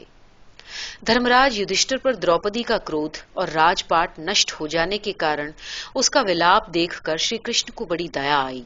उन्होंने तरह तरह से द्रौपदी को समझाया। उन्होंने कहा, हे देवी, भगवान की महिमा अपरंपार है। ये मत समझो कि दुख और ये सारे संकट केवल तुम्हारे और तुम्हारे पतियों जैसे भले लोगों को ही घेर रहे हैं तथा दुष्ट लोग सुख भोग रहे हैं। ये केवल थोड़े दिनों की हिलती फिरती छाया भर है। छल से तुम्हारा राजपाट छीनकर जो लोग आज तुम्हें सताकर प्रसन्न हो रहे हैं, वे सच पूछो तो अपनी आने वाली घनघोर विपत्तियों और कष्टों के दिनों को हंस हंस कर बुला रहे हैं। देवी, धैर्य रखो, अपने प्रतापी पतियों पर क्रोध मत करो। धर्मराज के धर्म का फल तुम लोगों को अवश्य मिलेगा। इस तरह दुर्योधन आदि कौरवों को उनके अधर्म का फल भी निश्चय ही मिलेगा। श्री कृष्ण के समझाने से द्रौपदी का शोक किसी तरह हल्का हुआ। श्री कृष्ण ने पांडवों से कहा, ये मेरी इच्छा है कि मैं द्रौपदी तथा उसके बेटों और सुभद्रा तथा उसके बेटे अभिमन्यु को अपने साथ द्वारका ले जाऊं। द्रौपदी बोली, मुझे तथा मेरे बच्चों को ले जाने के लिए मेरा भाई धृष्टद्युम्न भी आया हुआ है। मैंने उसे अपने भांजों को ले जाने के लिए कह दिया है। हे मुरली मनोहर, तुम सुभद्रा और अभिमन्यु को लेकर अपने साथ द्वारकापुरी जाओ। मैं अपने पतियों को छोड़कर कहीं नहीं जाऊंगी। द्रौपदी के इस निश्चय को कोई न टाल सका। श्री कृष्ण अभिमन्यु और सुभद्रा को लेकर द्वारकापुरी चले गए। धृष्टद्युम्न द्रौपदी के बेटों को लेकर पांचाल लौट गए। चेदि देश के राजा धृष्टकेतु अपनी बहन अर्थात नकुल की पत्नी को और कैकई देश के राजा अपनी बहन अर्थात सहदेव की पत्नी को विदा कराकर अपनी अपनी राजधानियों की ओर लौट गए। जो थोड़े से नगरवासी और स्वामी भक्त राज कर्मचारी पांडवों के साथ अब तक वन में रह रहे थे, उनसे धर्मराज युधिष्ठिर ने कहा, हे प्रजाजनों, आप लोग हमारे साथ यहाँ रहकर जो कष्ट भोग रहे हैं, उससे मुझे बड़ी पीड़ा होती है। आप सबके यहाँ होने से तपोवन और तपस्वियों और साधकों के काम में भी बाधा विघ्न पड़ रहा है। उससे मुझे और भी अधिक पीड़ा हो रही है। आप लोगों से मेरी ये प्रार्थना है कि नगर में लौट जाएं। हम लोग 12 वर्षों तक वनवास करने के लिए प्रणबद्ध हैं। कृपा करके हम लोगों को शांतिपूर्वक अपना प्रण पालन करने दें। इस प्रकार तरह तरह से लोगों को समझा बुझाकर पांडवों ने उन्हें काम्यक नामक तपोवन से विदा किया। ये काम्यक वन कुरु जंगल में ही था। युधिष्ठिर ने सोचा कि यहाँ रहने से हमारी प्रजा के लोग बार बार हमारे पास आते रहेंगे। ये देखकर दुर्योधन का क्रोध भड़कता रहेगा और प्रजा के हित में ये अच्छी बात नहीं होगी। इन सब बातों पर विचार करके पांडवों ने कहीं दूर जाने का निश्चय किया। वे लोग द्वैत वन में जाकर रहने लगे। कुछ समय बीतने के बाद युधिष्ठिर ने अर्जुन को ये सलाह दी कि तुम बीच में विभिन्न देशों का भ्रमण करो। कोल, किरात, पिशाच इत्यादि जंगली जाति के लोगों को प्रसन्न करके अपने पक्ष में मिलाओ। हमारा धर्म राजधर्म है। राजपाट छूट जाने पर भी हमें अपना धर्म नहीं छोड़ना चाहिए। धर्मराज की ये भली मंत्रणा सुनकर अर्जुन यात्रा पर निकले। उन्होंने हिमालय और उत्तर पश्चिम के अनेक देशों का भ्रमण किया। गुणी जनों से नए नए हथियार और उन्हें चलाने की विद्या सीखी और इस प्रकार घूमते घामते वे मध्य एशिया में निवास करने वाली प्राचीन देव जाति के राजा इंद्र की सभा में पहुंचे। देव जाति आर्य संघ के धर्मात्मा लोगों की मुखिया थी। इस प्रकार इंद्र देवों और मनुष्यवंशी आर्यों के सर्वश्रेष्ठ व्यक्ति माने जाते थे। इंद्र के दरबार में अर्जुन की बड़ी आव भगत हुई। बूढ़े इंद्र ने अर्जुन को अपने बेटे की तरह स्नेह और मान दिया। देवराज इंद्र के यहाँ महाबली अर्जुन 5 वर्षों तक रहे। इंद्र उन्हें बहुत चाहने लगे थे। उन्होंने अर्जुन को अस्त्र शस्त्र चलाने की बहुत सी गुप्त विद्याएं सीखने का मौका दिया। अर्जुन ने इस अवसर का अच्छा लाभ उठाया। इंद्र बोले, हे अर्जुन, तुमने हमारी गुप्त अस्त्र शस्त्र विद्याओं को तो सीख लिया है। हमारी इच्छा है कि तुम संगीत और नृत्य कला का भी अभ्यास कर लो। अर्जुन नाच गाना सीखने में कोई दिलचस्पी नहीं रखते थे, परंतु पिता के समान पूज्य देवराज इंद्र की आज्ञा को टालना उनके लिए असंभव था। वे चित्रसेन गंधर्व से ये विद्या सीखने लगे। चित्रसेन से अर्जुन की दोस्ती दिनों दिन गहरी होने लगी, परंतु वे नाच सीखने से अधिक उनके साथ गप्पे लगाया करते थे। मगर इन गप्पों के सहारे ही महाबुद्धिमान अर्जुन ने नृत्य शास्त्र की सारी बारीकियां समझ ली। इंद्र के दरबार की अप्सराएं नृत्य कला में बड़ी ही नामी थीं। मेनका, रंभा, चित्रसेना, गोपाली, उर्वशी आदि एक से एक नामी नाचने वालियों का जमघट वहां सदा जुड़ा रहता था। अर्जुन ने नृत्य कला का अभ्यास तो कम किया, पर वो इन अप्सराओं की नृत्य कला को देख देख कर ऐसी अच्छी आलोचना करने लगे कि इंद्रपुरी के बड़े बड़े उस्ताद भी उनकी आलोचना का दम भरने लगे। उर्वशी नाचने की कला में जितनी निपुण थी, उतनी ही उसे शास्त्र की जानकारी भी थी। अर्जुन की बातों से वो उन पर रीझ गईं। देवराज इंद्र उर्वशी के मन का भेद भांप गए। वे भविष्य दृष्टा थे, आगे आने वाली बातों को जानते थे, इसलिए उनकी बड़ी इच्छा थी कि अर्जुन नृत्य कला सीख लें। उन्होंने चित्रसेन से कहा, चित्रसेन, तुम जानते हो कि मैं अर्जुन को अपने बेटे की तरह मानता हूँ। ये बड़ा वीर और बुद्धिमान है। भाग्य के फेर से इसे तथा इसके भाइयों को इस समय कष्ट झेलना पड़ रहा है और आगे भी इनके भाग्य में कुछ गंभीर संकट बंधे हैं। उन्हीं संकट के क्षणों को कुछ हल्का करने के लिए मैं चाहता था कि ये नृत्य कला सीख ले। ये लड़का तुम्हारे साथ रहकर नृत्य शास्त्र का अच्छा जानकार अवश्य हो गया है, परंतु नृत्य कला का अभ्यास करने से ये जी चुराता है। बूढ़ा चित्रसेन बोला, अरे महाराज, जो पैदा होता है उस पर सुख दुख तो पड़ा ही करते हैं, पर खून का असर थोड़ी ही जा सकता है भला। अर्जुन महाबली हैं, पुराने और प्रतापी राजवंश के रत्न हैं। ये हम गंधर्व के बेटे बेटियों की तरह नृत्य कला का अभ्यास करने में वैसा रस ले भी नहीं सकते जैसा आप चाहते हैं। देवराज इंद्र बड़े गंभीर होकर दृढ़ स्वर में बोले, चित्रसेन, मैं चाहता हूं कि ये लड़का जैसा अपनी धनुर्विद्या के संबंध में प्रख्यात है वैसा ही प्रख्यात नर्तक भी बन जाए। यदि एक नाम से ये महावीर जाना जाता है तो दूसरे नाम से ये महान नर्तक भी माना जाए। मेरा विश्वास है कि जो काम तुम पुरुष होने के कारण नहीं कर सके वो उर्वशी आसानी से पूरा कर लेगी। मैंने अक्सर देखा है कि उर्वशी अर्जुन की बहुत बड़ी समर्थक है। तुम उर्वशी और अर्जुन की दोस्ती करवा दो। चित्रसेन बोले, महाराज, आपकी अप्सराएं भी अर्जुन को मुझसे अधिक नहीं सिखा पाएंगी, क्योंकि महाबली अर्जुन बड़े संस्कारी पुरुष हैं। ये अप्सराएं चूंकि आपकी चाकरी में हैं, इसलिए अर्जुन इन सब में छोटी से छोटी अप्सरा तक बड़े आदर से बात करते हैं। इंद्र बोले, अरे तुम उर्वशी से इसकी जान पहचान तो करा दो जरा। उर्वशी बड़ी चालाक औरत है, वो निश्चय ही अर्जुन का मन जीत लेगी। गंधर्वाचार्य चित्रसेन देवराज के बड़े मुंह लगे थे। कहने लगे, वो चालाक औरत है, इसीलिए तो मैं डरता हूं। महाराज, अगर अर्जुन ने उसकी इच्छा पूरी न की तो वो अपना बदला लिए बिना नहीं मानेगी, ये आप अच्छी तरह जानते हैं। इंद्र बोले, अरे भाई, उसके पास बदला लेने वाले जितने उपाय हैं वो सब मैं जानता हूं। अगर वो अर्जुन के साथ बुरा भी करेगी तो उसे मैं भले में बदल दूंगा। चित्रसेन हाथ जोड़कर बोले, देवराज, आप सर्वज्ञ हैं। मैंने जो कुछ कहा वो दुनियादारी का विचार था। मैं आपसे क्षमा चाहता हूं। उर्वशी और अर्जुन के मिलने की सुंदर व्यवस्था मैं कर दूंगा।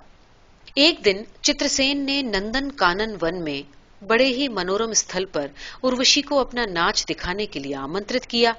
उसने कहा कि वहां पर मेरे और अर्जुन के सिवाय और कोई न होगा। उर्वशी इस समाचार से बड़ी प्रसन्न हुई। उसने गंधर्वाचार्य का बड़ा उपकार माना। चित्रसेन बोले, मैं केवल यही चाहता हूं कि तुम उसे केवल नाच से रिझा लो, बल्कि ये भी चाहता हूं कि तुम उसे अपनी कला से इतना रिझाओ कि वो तुम्हारे साथ साथ नाचने के लिए तड़प उठे। उर्वशी ने मुस्कुराकर कहा, ये आपने मेरे ही स्वार्थ का सुझाव दिया है। अच्छी बात है, मैं आपको अपना ये कमाल भी दिखला दूंगी। और सचमुच उर्वशी ने जो कुछ कहा वो कर दिखलाया। उसने पांडव अर्जुन को मीठी मीठी चुनौतियां दी। उसने कहा, राजकुमार, आप तो मनुष्य लोक से लेकर हमारे इस देव लोक तक की सारी कलाओं के पारखी हैं। देवराज की सभा में एक दो बार आपने मेरा नृत्य भी देखा है, इसलिए आप ही बतलाइए कि आप जो कठिन से कठिन और सुंदर से सुंदर नृत्य समझते हैं वो मुझे बतलाइए। मैं आपको वही नाच दिखाऊंगी। उर्वशी मुस्कुराई और फिर बोली, नाचती हुई मछली की आंख भेदने वाले निशानेबाज अर्जुन की मैंने बड़ी प्रशंसा सुनी है। आज आप उर्वशी के घुंघरुओं की भी वैसी ही परीक्षा लीजिएगा। अर्जुन इस चुनौती के चक्कर में फंस गए। उन्होंने बड़े कठिन कठिन भाव बतलाए और उर्वशी ने वे सब नाच कर दिखला दिए। होते होते अर्जुन के मन में उर्वशी की कला के लिए बड़ा ही आदर, प्रशंसा और प्रेम पूर्व भाव उदित हुआ। उसने कहा, उर्वशी देवी, मैंने आपको जो भाव बतलाए वो कोई भी स्त्री नाच कर नहीं दिखला सकती। आपने तो जैसे शरीर के हर अंग को मोम बना लिया है। जिस अंग को जैसा चाहती हैं वैसी गति ले देती हैं। उर्वशी हाथ जोड़कर बोली, राजकुमार, आपने जो भाव बतलाए मैं उससे भी कठिन भावों पर नाच सकती हूँ। अर्जुन मुग्ध होकर बोले, तब फिर श्रृंगार भाव को इसी समय दिखलाने की कृपा कीजिए। उर्वशी बोली, मैं अवश्य दिखलाऊंगी, पर मेरी एक शर्त है, और शर्त यह है कि कठिन परीक्षा ले लेने के बाद अपने शरीर को विश्राम देने के लिए मुझे कुछ ललित नृत्य भी नाचने ही पड़ेंगे। आपको भी उन नृत्यों में मेरे साथ नाचना पड़ेगा। अगर आपको ये चुनौती स्वीकार नहीं, तो फिर मैं आपको अपनी कला नहीं दिखाऊंगी। अर्जुन हंसकर बोले, आपके समान महान कलाकार को मैं इतनी सी बात के लिए रुष्ट नहीं करूंगा। आप मुझे अपने कठिन नृत्य दिखलाएं, मैं फिर आपके साथ अवश्य नाचूंगा। उर्वशी ने बूढ़े मृदंगाचार्य को अपने पैरों में मालिश के लिए नंदन वन की एक विशेष जड़ी बूटी तोड़कर लाने की प्रार्थना की। चित्रसेन चला गया। उर्वशी ने अर्जुन से मृदंग बजाने को कहा और फिर कुछ ऐसे कठिन भाव नाचकर दिखलाए जो कला की दृष्टि से तो सचमुच बड़े ही कठिन और उच्च कोटि के प्रदर्शन थे, मगर साथ ही साथ वे मनुष्य को एकदम मुग्ध कर सकते थे। परंतु महाबली अर्जुन बड़े अनुशासन वाले संयमी युवक थे। जब उन्होंने निश्चय कर लिया कि देवगण की नौकरी में रहने वाली अप्सराएं उनके लिए आदरणीय हैं, तो फिर बड़े से बड़ा लालच भी उनके मन को छू नहीं पाया। इसलिए उन्होंने केवल उर्वशी की कला की ही तारीफ की। उसके बाद उर्वशी के साथ उन्होंने कुछ नाच के टुकड़े सीखे भी। यूं ही अभ्यास चल रहा था कि चित्रसेन जड़ी बूटी लेकर आ गए। उर्वशी ने प्रसन्न होकर कहा, आप ठीक समय पर आए गुरुजी। लीजिए, मृदंग संभालिए और मेरे साथ महान नर्तक अर्जुन का नृत्य देखिए। इस प्रकार चुनौतियां दे देकर उर्वशी ने अर्जुन को अपने वश में कर लिया। जो काम गंधर्व गुरु चित्रसेन न कर पाए, वो उर्वशी ने कर दिखलाया। परंतु नृत्य कला सिखलाने के अलावा उर्वशी अर्जुन पर अपना रंग न जमा सकी। उर्वशी को विश्वास था कि जिस अर्जुन को उसने अपना गहरा दोस्त बना लिया है, उसे वो अपना प्रेमी भी अवश्य बना लेगी। परंतु ऐसा न हुआ। एक दिन चित्रसेन ने देवराज इंद्र से कहा, महाराज, उर्वशी अर्जुन को नृत्य तो सिखला गई, किंतु अर्जुन को अपना प्रेमी बनाने में उसे निराशा हाथ लगी। अर्जुन बहुत संस्कारी युवक हैं। आप ही कृपा करके उर्वशी को समझा बुझाकर अर्जुन से दूर हटा लें, नहीं तो उर्वशी क्रोध में आकर किसी दिन अर्जुन को कोई भयंकर अपकार कर देगी। आप दुखी होंगे। इंद्र बोले, चित्रसेन, मैं भूत, भविष्य और वर्तमान तीनों ही बातों को अच्छी तरह से विचार करके कोई काम करता हूं। अगर उर्वशी अर्जुन की कोई बुराई करेगी तो मैं उसे संभाल लूंगा। चित्रसेन और इंद्रदेव दोनों की बात सच सिद्ध हुई। उर्वशी एक दिन अर्जुन से गिड़गिड़ा कर बोली, हे अर्जुन, मैं तुम्हारी इतनी सेवा करती हूं, तुमको खुश करने के लिए सदा उपाय किया करती हूं, फिर भी तुम मुझसे रूठे हुए हो, ये अच्छी बात नहीं। अर्जुन बोला, मैं आपका बड़ा उपकार मानता हूं। आपने मुझे बहला बहलाकर नृत्य कला सिखला दी, इसके लिए भी मैं आपका उपकार मानता हूं। इसके बाद भी आप ये कहती हैं कि मैं रूठा हुआ हूं। मेरी समझ में नहीं आता कि आप ऐसी बात क्यों कहती हैं। उर्वशी बोली, हे अर्जुन, मैं तुमसे प्रेम करती हूं, अतः मैं चाहती हूं कि तुम भी मुझसे प्रेम करो। अर्जुन ने कहा, मैं आपसे उसी तरह प्रेम करता हूं जैसे बच्चा अपनी मां को चाहता है। उर्वशी नाराज हो गई और कहने लगी, क्या मैं बूढ़ी हो गई हूं जो तुम मुझे अपनी मां कहते हो? अर्जुन ने शांत भाव से उत्तर दिया, आप देवराज की प्रिय अप्सरा हैं, मैं उन्हें अपने पिता के समान मानता हूं। उर्वशी क्रोधित होकर बोली, अप्सरा किसी की पत्नी नहीं होती अर्जुन, वो सदा मुक्त रहती है। तुम इस बात की तनिक भी चिंता न करो कि मैं देवराज की नौकर हूं, तुम निर्भय होकर मुझसे प्रेम करो। अर्जुन बोला, मैं क्षत्रिय का बेटा हूं, मैंने अपने गुरुजनों से उत्तम शिक्षा पाई है। मैं आपको केवल उसी दृष्टि से देख सकता हूं जिस दृष्टि से मैंने देवी कुंती, माद्री और इंद्राणी को देखा। आप इस संबंध में कृपा करके अब कुछ और न कहें, मुझे पुत्र की तरह अपनी रक्षा प्रदान करें। अर्जुन के ये वचन सुनकर उर्वशी क्रोध के मारे लाल हो उठी। उसका सुंदर शरीर गुस्से की बेबसी में कांपने लगा। फिर एकाएक जाने क्या सोचकर वो शांत हो गई। उसके चेहरे से क्रोध की रेखाएं मिट गईं, होठों पर मुस्कुराहट आ गई और वो बोली, अच्छा चलो भूलो इस बात को, आओ थोड़ी देर बैठकर हंसें बोलें। ठहरो, मैं तुम्हारे लिए कुछ खाने पीने का सामान ले आऊं। उर्वशी कमरे से बाहर गई और थोड़ी देर में शरबत और नाश्ते का सामान स्वयं अपने हाथों से लेकर आई। उसने बड़े आग्रह से अर्जुन को वो शरबत पिला दिया। अर्जुन ने जब ग्लास को खाली कर दिया तब उर्वशी मुस्कुराई और कहा, हे अर्जुन, मैं बड़े दिल से अपनी प्रेम चाहना लेकर तुम्हारे पास आई थी। मैंने तुम्हें यह भी बतलाया था कि अप्सरा से प्रेम करने में कोई दोष नहीं। फिर भी तुमने कायर की तरह मेरा प्रेम अस्वीकार किया। मुझ जवान स्त्री को तुमने अपनी मां कहकर मेरा सबसे बड़ा अपमान किया। इस अपमान का बदला लिए बिना मैं तुम्हें छोड़ नहीं सकती थी। अब मेरे शाप से तुम पुरुष नहीं रहोगे। श्रेष्ठ संस्कारों का दावा करने वाले मूर्ख अर्जुन, मेरे शाप से अब तुम हिजड़ों की टोली में मिलकर दूसरों के बेटे होने की खुशी में नाचने लायक हो गए हो। ये कहकर उर्वशी घृणापूर्वक हंस पड़ी। अर्जुन ये समझ गए कि उसके साथ कोई चालबाजी चली जा चुकी है। मन ही मन तो उसे बड़ा क्रोध आया, पर ऊपर से ये सोचकर वो शांत रहा कि पराई जगह में क्रोध करने से लाभ के बजाय हानि अधिक होती है। अर्जुन ने सोचा कि ये अप्सरा देवराज के पास जाकर कोई नया झूठ सच न जड़े, इसलिए वो सीधे इंद्र के पास गए और सारा हाल सच सच बता दिया। इंद्र सुनकर इतने प्रसन्न हुए कि उन्होंने उठकर अर्जुन को अपने कलेजे से लगा लिया। वे बोले, पुत्र, मैं तुमसे बहुत प्रसन्न हूं। तुमने अपने वंश का नाम ऊंचा किया। तुम उर्वशी के शर्बती शाप से तनिक भी चिंतित न हो। ईश्वर जो करता है अच्छे के लिए ही करता है। कुछ महीनों बाद तुम लोगों का अज्ञातवास का 13वां वर्ष आरंभ होगा। उस समय उर्वशी का शाप तुम्हारे लिए वरदान सिद्ध होगा और उसके बाद मैं तुम्हें विश्वास दिलाता हूं कि मैं तुम्हें उर्वशी की दुष्ट दवा के प्रभाव से मुक्त कर दूंगा। इन अप्सराओं के सारे नुस्खे मैं जानता हूं और उनकी काट की औषधियां मेरे पास हैं। जो दवा उर्वशी ने तुम्हारा सारा जीवन बर्बाद करने के लिए तुम्हें पिलाई है, उसका प्रभाव मेरी औषधि केवल 1 ही वर्ष में दूर कर देगी। यही नहीं, उसके प्रभाव से तुम्हारी खोई हुई शक्ति दुगनी होकर तुम्हें वापस मिलेगी। अर्जुन ये बातें सुनकर निश्चिंत हो गए। उनकी बड़ी इच्छा थी कि वे अब फिर से अपने भाइयों के पास लौट जाएं, परंतु इंद्र ने उन्हें स्वर्ग में ही रोके रखा। वे उन्हें तरह तरह की गुप्त विद्याएं सिखलाते रहते थे। बूढ़ा पिता जिस भाव से अपनी संतान को उन्नति करने के लिए प्रयत्न करता है, उसी प्रकार इंद्र भी अर्जुन की उन्नति के लिए तरह तरह के उपाय बराबर करते रहे।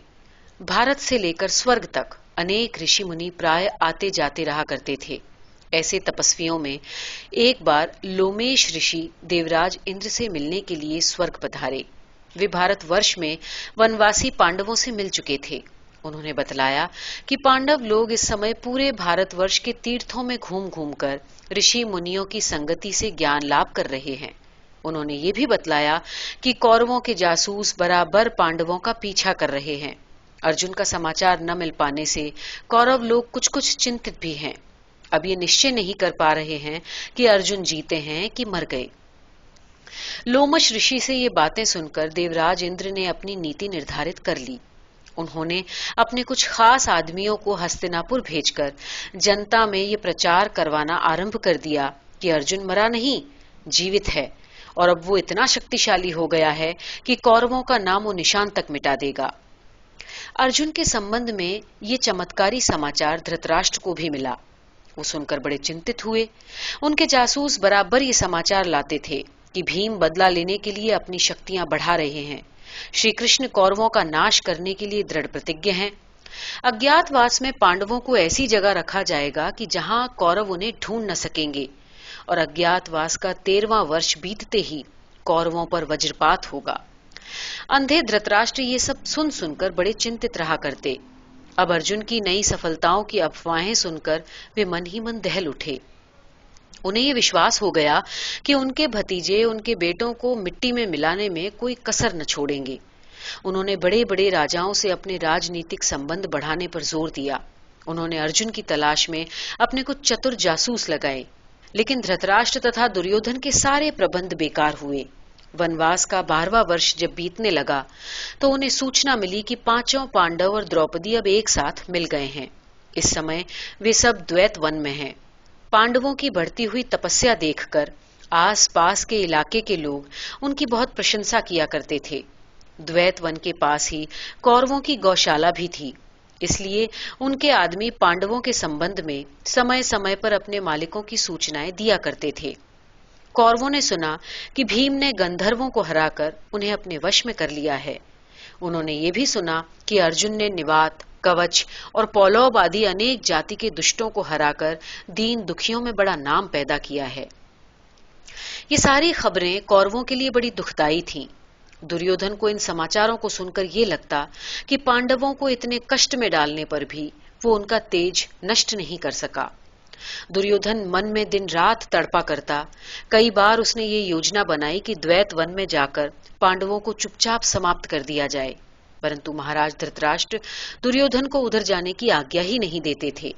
उन्हें भय लगता था कि तपस्वी पांडवों को यदि अब और सताया गया तो भगवान निश्चय ही उनके पुत्रों का अमंगल करेंगे। परंतु दुर्योधन तथा दूसरे कौरव भाइयों का ये ख्याल था कि वहां जाने के लिए अनुमति न देकर उनके पिता इनका अधिक अमंगल कर रहे हैं। काने शकुनी मामा ने उन्हें एक तरकीब बताई।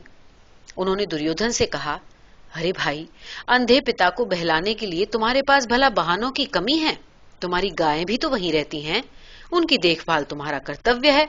तुम्हें अपने गोधन को भी बढ़ाना चाहिए। इसके लिए तुम्हें अपने पिता से आज्ञा मिल जाएगी। वहां जाकर फिर चाहे तुम जो करो, महाराज फिर तुम्हारे मन चाहे कार्यक्रम पूरा करने में कोई बाधा न डाल सकेंगे। ये सुनकर दुर्योधन भड़क उठा। उसने अपने पिता से जाकर कहा, पिताजी, हमारे घोंसी बराबर ये खबरें ला रहे हैं कि दुष्ट लोग हमारी गायों को चुरा कर ले जा रहे हैं। इस समाचार से मुझे बड़ी चिंता हो रही है। यदि आप आज्ञा दें तो एक बार वहां जाकर हम उनका उचित प्रबंध कराएं। इसके साथ ही कुछ दिन हम लोग वहां रहकर अपना मनोरंजन भी कर लेंगे। धृतराष्ट्र ने दुर्योधन को इसके लिए आज्ञा दे दी। दुर्योधन प्रसन्न होकर अपने भाइयों के साथ द्वैत वन की ओर चल पड़े। रास्ते भर कौरव भाई अपने मन के गुलगुले पकाते रहे कि पांडवों को हम लोग यूं घेरेंगे, यूं मारेंगे। परंतु जंगल में पहुंचने के बाद उन्हें ठीक तरह से ये न पता चल सका कि पांडव लोग किधर रहते हैं। पांडवों की खोज करते हुए कौरव लोग गंधर्वों के इलाके में घुस गए। गंधर्व सिपाहियों ने उन्हें रोका, परंतु घमंडी कौरवों ने उन सिपाहियों को मारकर भगा दिया और अपने आदमियों को उस जगह पर एक क्रीड़ा भवन बनाने की आज्ञा दे दी। गंधर्वों का राजा चित्रसेन ये सूचना पाकर बेहद क्रुद्ध हुआ। उसने अपनी सेना को आज्ञा दी कि घमंडी कौरवों को मार मारकर भगा दो। कौरवों और गंधर्वों की सेनाएं आपस में टकराने लगीं। दुर्योधन, दुशासन, कर्ण, शकुनी आदि बड़े बड़े महारथी गंधर्वों की सेना पर टूट पड़े। पहले हमले में कौरवों की जीत हुई। गंधर्वों को कुछ नुकसान उठाना पड़ा, परंतु चित्रसेन ने शायद यही चालाकी की कि एक बार कौरव उनके बीच में अच्छी तरह फंस जाएं और उन्हें अपनी जीत का थोड़ा बहुत घमंड हो जाए, तब फिर उनको ठिकाने लगाना आसान होगा। गंधर्व राजा चित्रसेन अपनी इस रणनीति में पूरी तरह से सफल रहा और कौरव लोग चूहों की तरह मानो गंधर्वों की बनाई हुई चूहेदानी में फंस गए। दुर्योधन को गंधर्वों के द्वारा पकड़ लिया गया। अब तो कौरवों की सेना में हाहाकार मच गया। उन्होंने करारी मात खाई थी। कौरवों के हारने का समाचार महाराज युधिष्ठिर ने भी पाया। उन्होंने अपने भाई से कहा कि इस समय आपसी बैर भाव भुलाकर अपने भाइयों की रक्षा करना हमारा धर्म है। तुम लोग जाकर दुर्योधन को गंधर्वों की कैद से मुक्त करो। इच्छा न होने पर भी अर्जुन को अपने बड़े भाई की आज्ञा माननी पड़ी। कौरवों की बची खुची सेना को संगठित करके अर्जुन ने गंधर्वों पर आक्रमण किया। अर्जुन सब प्रकार की रणनीतियों का अब जानकार हो चुका था, इसलिए उसने अपनी सेना की मोर्चेबंदी इस प्रकार की कि एक मायावी युद्ध करने वाले चतुर बांके योद्धा गंधर्व लोग अर्जुन से पार न पा सके। अर्जुन ने गंधर्व के राजा चित्रसेन को बड़ी कुशलता से घेरकर बंदी बना लिया। चित्रसेन ने तुरंत ही अर्जुन से क्षमा मांगी और उसे अपना मित्र बनाकर दुर्योधन आदि कौरवों को अपनी कैद से मुक्त कर दिया। दुर्योधन आदि कौरव भाई और उनके साथी बड़ी अकड़ से पांडवों को मारने गए थे, परंतु बुरी तरह से पिट गए। पांडवों की कृपा से ही हस्तिनापुर लौट रहे दुर्योधन मन ही मन ईर्ष्या से जल रहे थे। अगर कोई भला आदमी किसी बुरे आदमी का उपकार करता है तो बुरा आदमी उपकार मानने के बजाय और भी उससे डाह करने लगता है। दुर्योधन भी इस समय ऐसी ही मनस्थिति में था। जब ये लोग हस्तिनापुर पहुंचे तो बड़े बूढ़ों ने दुर्योधन आदि भाइयों को बहुत डांटा, परंतु इस डांट का नतीजा भी उल्टा हुआ।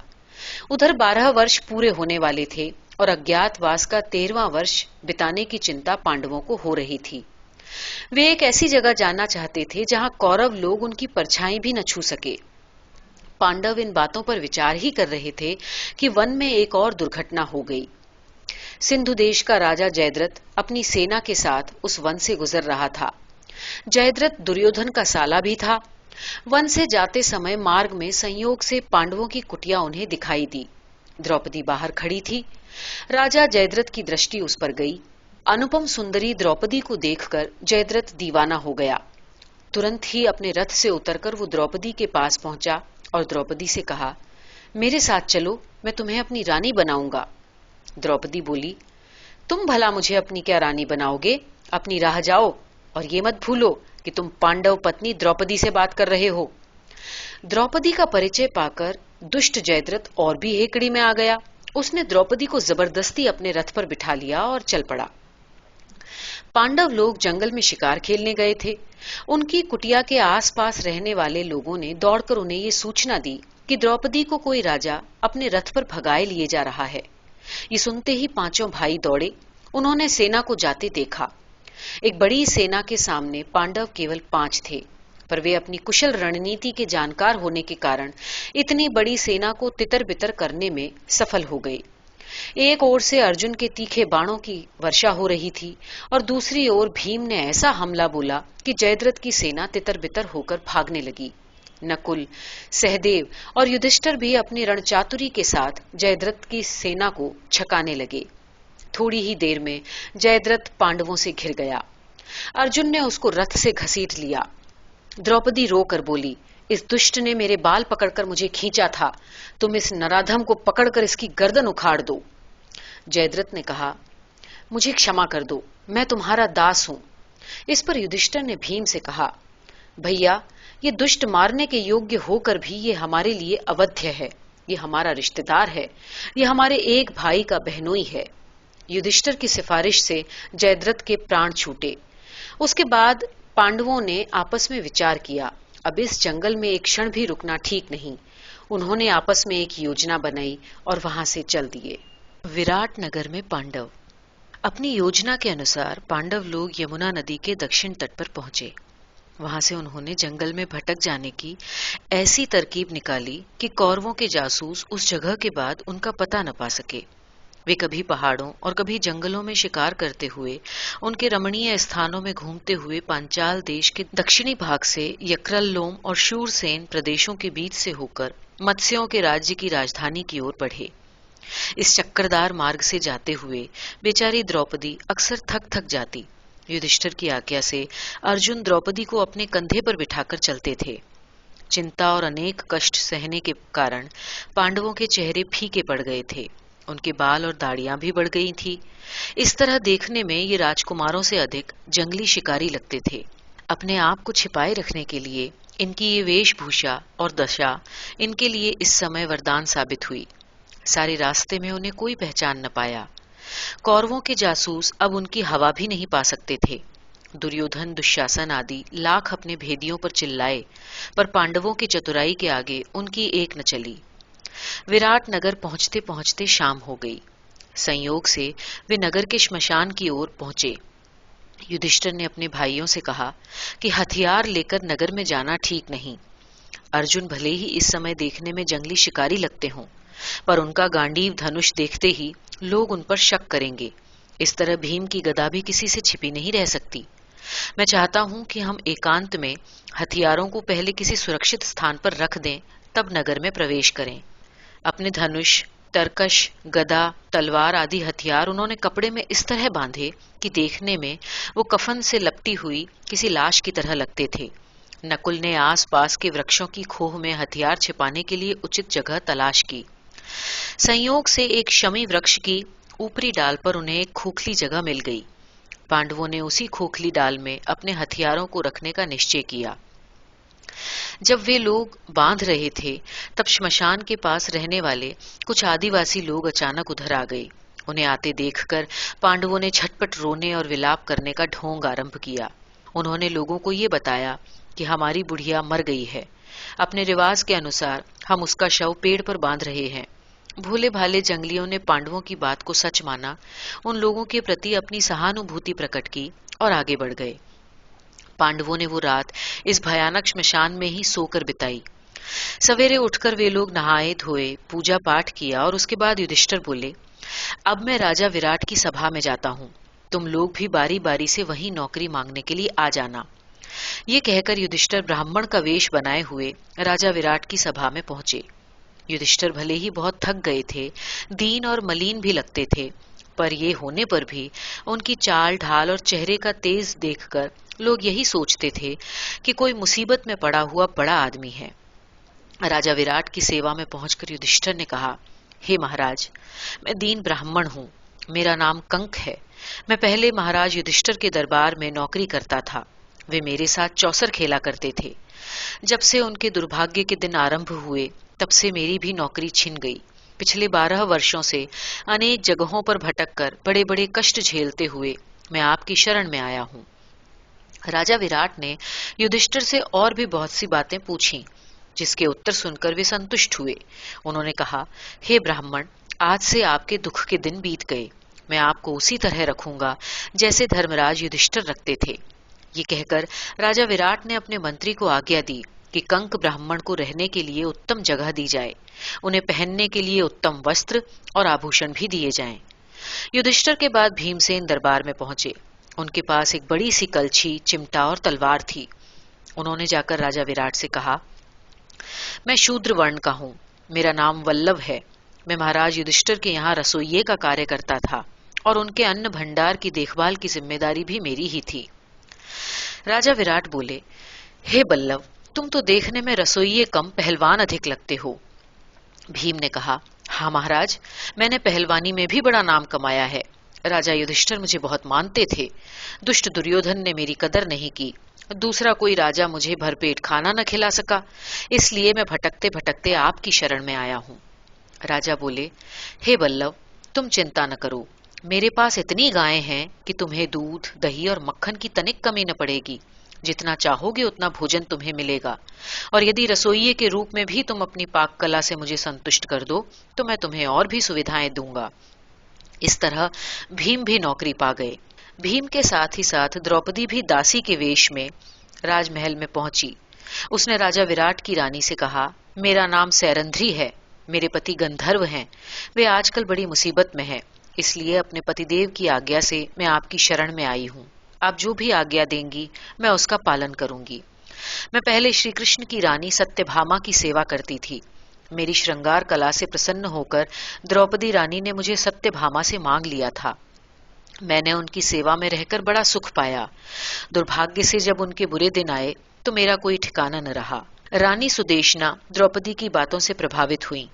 उन्होंने कहा, जिस सैरंध्री ने रानी सत्यभामा और रानी द्रौपदी का श्रृंगार किया है, उसे मैं अपनी सेवा में सहर्ष नियुक्त करती हूँ।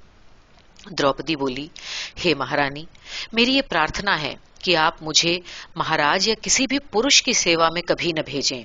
मेरे गंधर्व पति जो छिपकर मेरी रक्षा करते रहते हैं, यदि मुझे किसी पर पुरुष की सेवा करते देखेंगे तो निश्चय ही उसे मार डालेंगे। रानी बोली, मैं तुम्हारी इच्छा का सदा आदर करूंगी। इस तरह द्रौपदी भी नौकरी पा गई। उसके बाद सहदेव और नकुल भी गायों और घोड़ों की रखवाले बनकर राजा विराट के दरबार में नौकर हो गए। द्रौपदी तथा अपने चारों भाइयों की नौकरी लग जाने के बाद अर्जुन हिजड़ों की तरह जनानी वेशभूषा में महलों में जा पहुंचे। उन्होंने अपना नाम वृहन्नला बताया और कहा कि मैं बहुत अच्छा नाच गाना सिखा सकती हूँ। राजा विराट की बेटी उत्तरा ने वृहन्नला का नाच देखकर उससे नृत्य कला सीखने की अपनी इच्छा प्रकट की। इस पर राजा विराट ने वृहन्नला की शारीरिक जांच करवाई। उर्वशी की औषधि के प्रभाव से अर्जुन पुरुष तो रह नहीं गए थे, इसलिए स्त्रियों के साथ रहने योग्य ठहराए गए और उन्हें नौकरी मिल गई। इस प्रकार उर्वशी का शाप उस समय अर्जुन के लिए वरदान सिद्ध हुआ। पांचों भाई और द्रौपदी राजा विराट के यहाँ नौकरी पाकर अपने सुख दुख भरे दिन बिताने लगे। सभी भाइयों ने अपने स्वभाव और कार्य कुशलता से राजा, रानी तथा महलों के अन्य लोगों को संतुष्ट कर लिया। इसलिए नौकरी करते हुए भी वे लोग एक हद तक बड़े सुखी थे। अज्ञात वर्ष का 13वां वर्ष आरंभ हो जाने से कौरवों ने पांडवों की खोज बड़ी लगन से आरंभ की। इस अज्ञातवास के वर्ष में पांडव अगर पकड़ में आ जाएं, तो शर्त के अनुसार उन्हें पुनः 12 वर्षों का वनवास भोगना पड़ेगा। इसी लालच में दुर्योधन ने पांडवों की बड़ी खोज करवाई, परंतु उन्हें निराशा ही हाथ लगी। कोई कल्पना भी नहीं कर सकता था कि महाबली पांडव, जो किसी समय स्वयं चक्रवर्ती राजा थे, वे अब एक मामूली राजा के यहाँ नौकरी कर रहे हैं। धीरे धीरे दिन बीतने लगे। युधिष्ठिर राजा विराट के बड़े प्रिय पात्र बन गए। उनकी मंत्रणा से राजा विराट को अपना राजकाज चलाने में बड़ी सहायता मिलती थी। इसके अतिरिक्त अपने पासों के खेल से उन्होंने राजा को रिझा लिया था।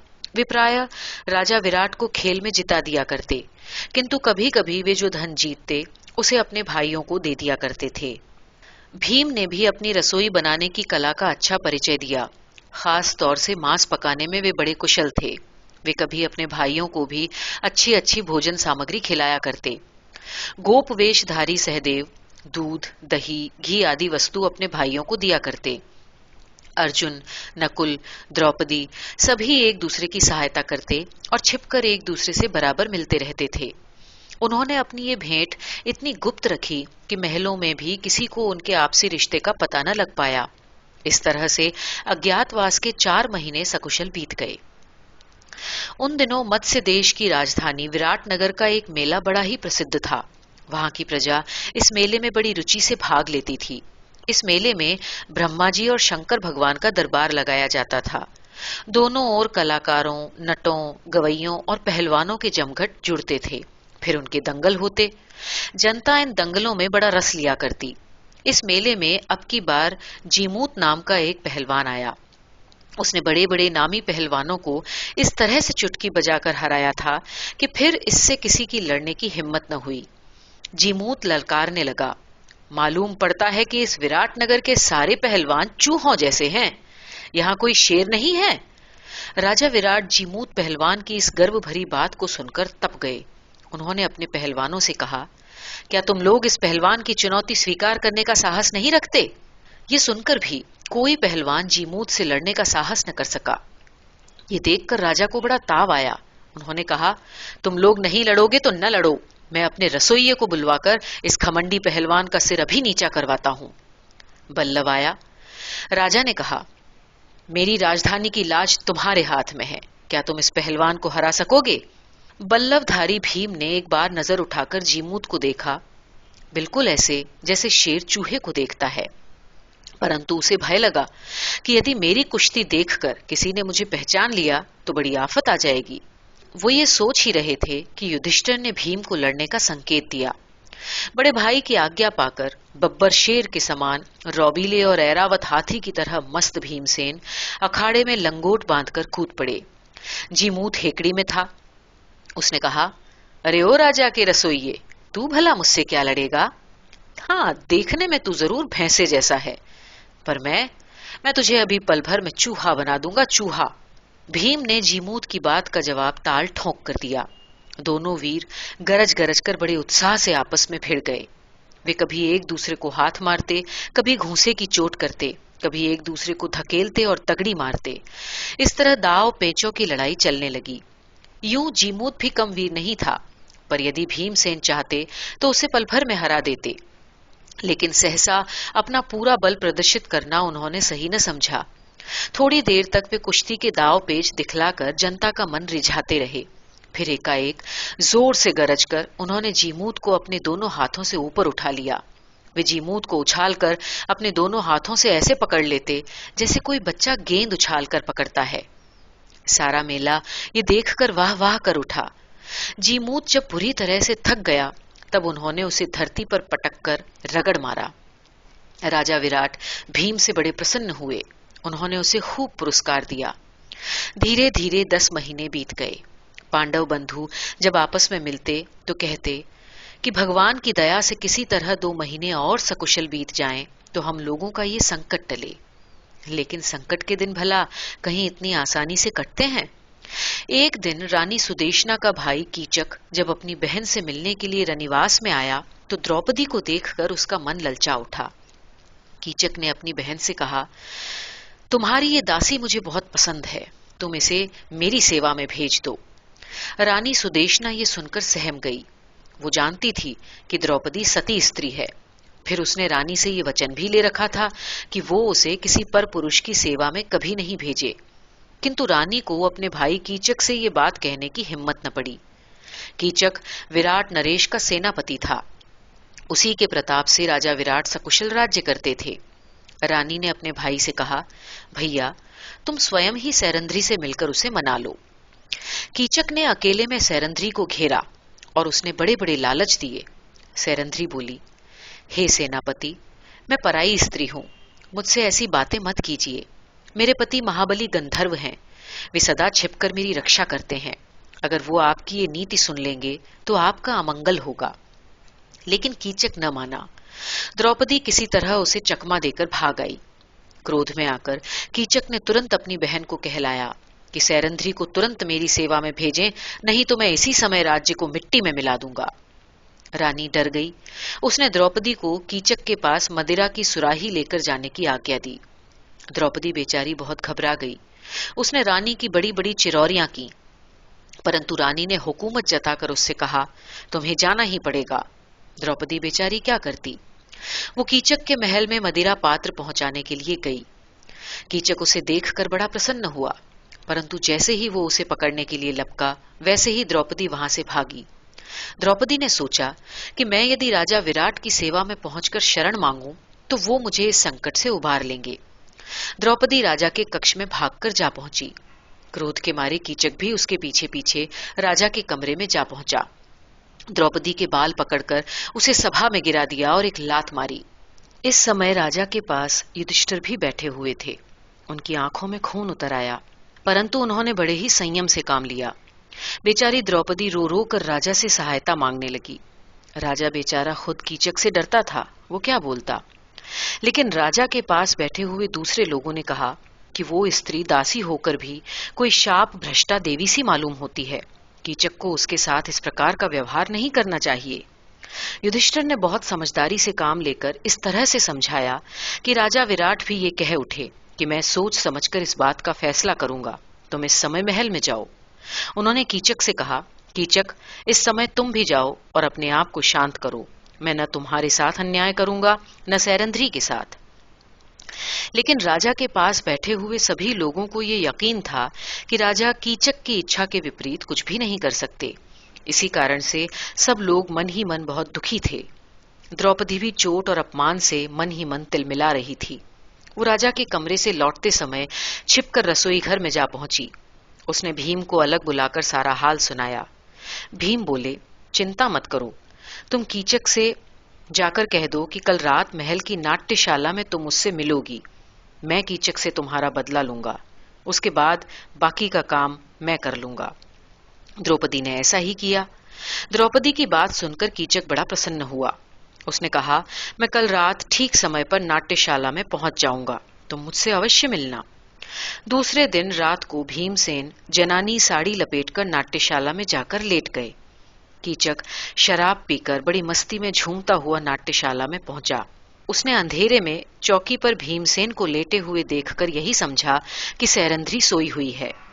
उसने उसे जगाते हुए कहा, प्रिये उठो, तुम सो क्यों रही हो। भीमसेन धीरे धीरे खर्राटे मारते रहे। कीचक ने फिर उसे जगाया और कहा, अरे मेरी तो जान जा रही है और तुम्हें नींद आ रही है। इस पर जनानी आवाज बनाकर भीम बोले, हे प्यारे, तुम्हारी जान अभी कहाँ गई है, वो तो अब जाएगी, ये देखो। ये कहकर भीम ने कीचक के बाल पकड़कर खूब झंझोड़ा और दनादन लातें मारने लगे। कीचक को चीखने तक का मौका उन्होंने न दिया। उसके हाथ पैर मरोड़कर तोड़ डाले और उसकी छाती पर इतने मुक्के मारे कि उसकी आंखें निकल पड़ीं और वो मर गया। दूसरे दिन नाट्यशाला में कीचक की लाश देखकर सब लोग सहम गए। कीचक के साथियों ने क्रोधित होकर कहा, सैरंध्री के कारण हमारे नेता की जान गई है, इसलिए हम उसे भी कीचक के साथ साथ चिता पर जला देंगे। लोग सैरंध्री को पकड़ने के लिए गए। रानी के महल से उसे खींचकर निकाल कर ले चले। द्रौपदी बड़े जोर से चीख रही थी। भीमसेन उसकी चीख सुनकर रुक न सके। उन्होंने शमशान तक तो द्रौपदी को बंधन में जाने दिया, क्योंकि शहर वालों को वो ये नहीं जतलाना चाहते थे कि वो द्रौपदी की रक्षा करने जा रहे हैं। लेकिन जब केवल दुष्ट साथी वहां साथ रह गए, तब उन्होंने एक मोटा सा पेड़ उखाड़कर इन दुष्टों पर हमला कर दिया। कीचक के सारे साथी भीम के हाथों मारे गए। भीम ने द्रौपदी के बंधन खोल दिए और उसे महलों में सकुशल पहुंचाकर स्वयं रसोई घर में चले गए। कीचक के साथियों का वध सुनकर राजा और प्रजा सभी के कलेजे दहल उठे। अब द्रौपदी सबके लिए भय की वस्तु बन गई। हर आदमी उसके गंधर्व पतियों से घबराने लगा। इस तरह अज्ञातवास के 11 महीने बीत गए। राजा विराट के साले कीचक और उसके बलवान साथियों की हत्या का समाचार बड़े चमत्कारिक वर्णनों के साथ चारों तरफ फैल गया। त्रिगर्त के राजा सुशर्मा ने कीचक वध का समाचार पाकर राजा विराट से अपने पुराने बैर का बदला लेने का निश्चय किया। राजा सुशर्मा दुर्योधन के पास गया। उसने दुर्योधन से कहा, महाराज, आप तो जानते ही हैं कि अपने प्रतापी सेनापति कीचक के बूते पर मत्स्य नरेश विराट ने मुझे कई बार हराया था। अब मैं अपनी पुरानी पराजयों का बदला लेना चाहता हूँ। मैं आपका निष्कपट मित्र और शरणागत रहा हूँ। कौरवगण यदि इस समय मेरी मदद कर दें तो मैं विराट से अपने अपमानों का बदला चुका लूंगा। विराट को हराकर उसके खजाने को हम लोग लूट लेंगे। आपकी धन संपदा बढ़ जाएगी और मैं बदला लेकर शांति पा जाऊंगा। जिस समय ये बातें हो रही थीं, उस समय कर्ण और दुशासन भी वहीं बैठे थे। राजा सुशर्मा की बात सुनकर कर्ण ने कहा, मित्र सुयोधन, त्रिगर्त नरेश की ये बात मुझे भाती है। पांडवों के न मिलने के कारण हम ये नहीं जानते कि उन्होंने हमसे बदला लेने के लिए अब तक कौन कौन से साधन जुटा लिए हों। जो हो, पर यह निश्चित है कि पांडव हमसे लड़ने की पूरी तैयारी कर रहे होंगे। इसलिए हमें भी अपनी शक्ति को संगठित करना चाहिए। हमारा राजकोष भी समृद्ध होना चाहिए, जिससे कि हम आवश्यकता पड़ने पर बहुत दिनों तक युद्ध लड़ सकें। मैं समझता हूं कि भीष्म पितामह, द्रोणाचार्य और महाराज से इस संबंध में राय लेना उचित होगा। कर्ण की सलाह को पसंद करके दुर्योधन ने अपने भाई दुशासन को भीष्म आदि गुरुजनों की आज्ञा लेने के लिए भेजा। उन्हें आज्ञा मिल गई। दुर्योधन ने अपनी सेना संगठित की और त्रिगर्त नरेश सुशर्मा से कहा कि कृष्ण पक्ष की सप्तमी को तुम पूर्व दक्षिण दिशा कोणों से विराट के राज्य में प्रवेश करो। अष्टमी के दिन हम लोग भी वहां पहुंच जाएंगे। राजा सुशर्मा ने ऐसा ही किया। उसने राजा विराट के गोपालों और सिपाहियों को अचानक धावा बोलकर मार डाला और विराट की हजारों गायें लूट ले गए। राज कर्मचारी ने राजा विराट को जाकर ये सूचना दी। विराट ने अपने दोनों छोटे भाइयों शतानीक और मदिराक्ष के साथ हाथी, घोड़े, रथ और पैदल सिपाहियों की चतुरंगिणी सेना सुशर्मा से अपनी गायें छीन लाने के लिए भेज दी। विराट और सुशर्मा की सेनाओं की मुठभेड़ हुई। खूब घमासान लड़ाई लड़ी गई।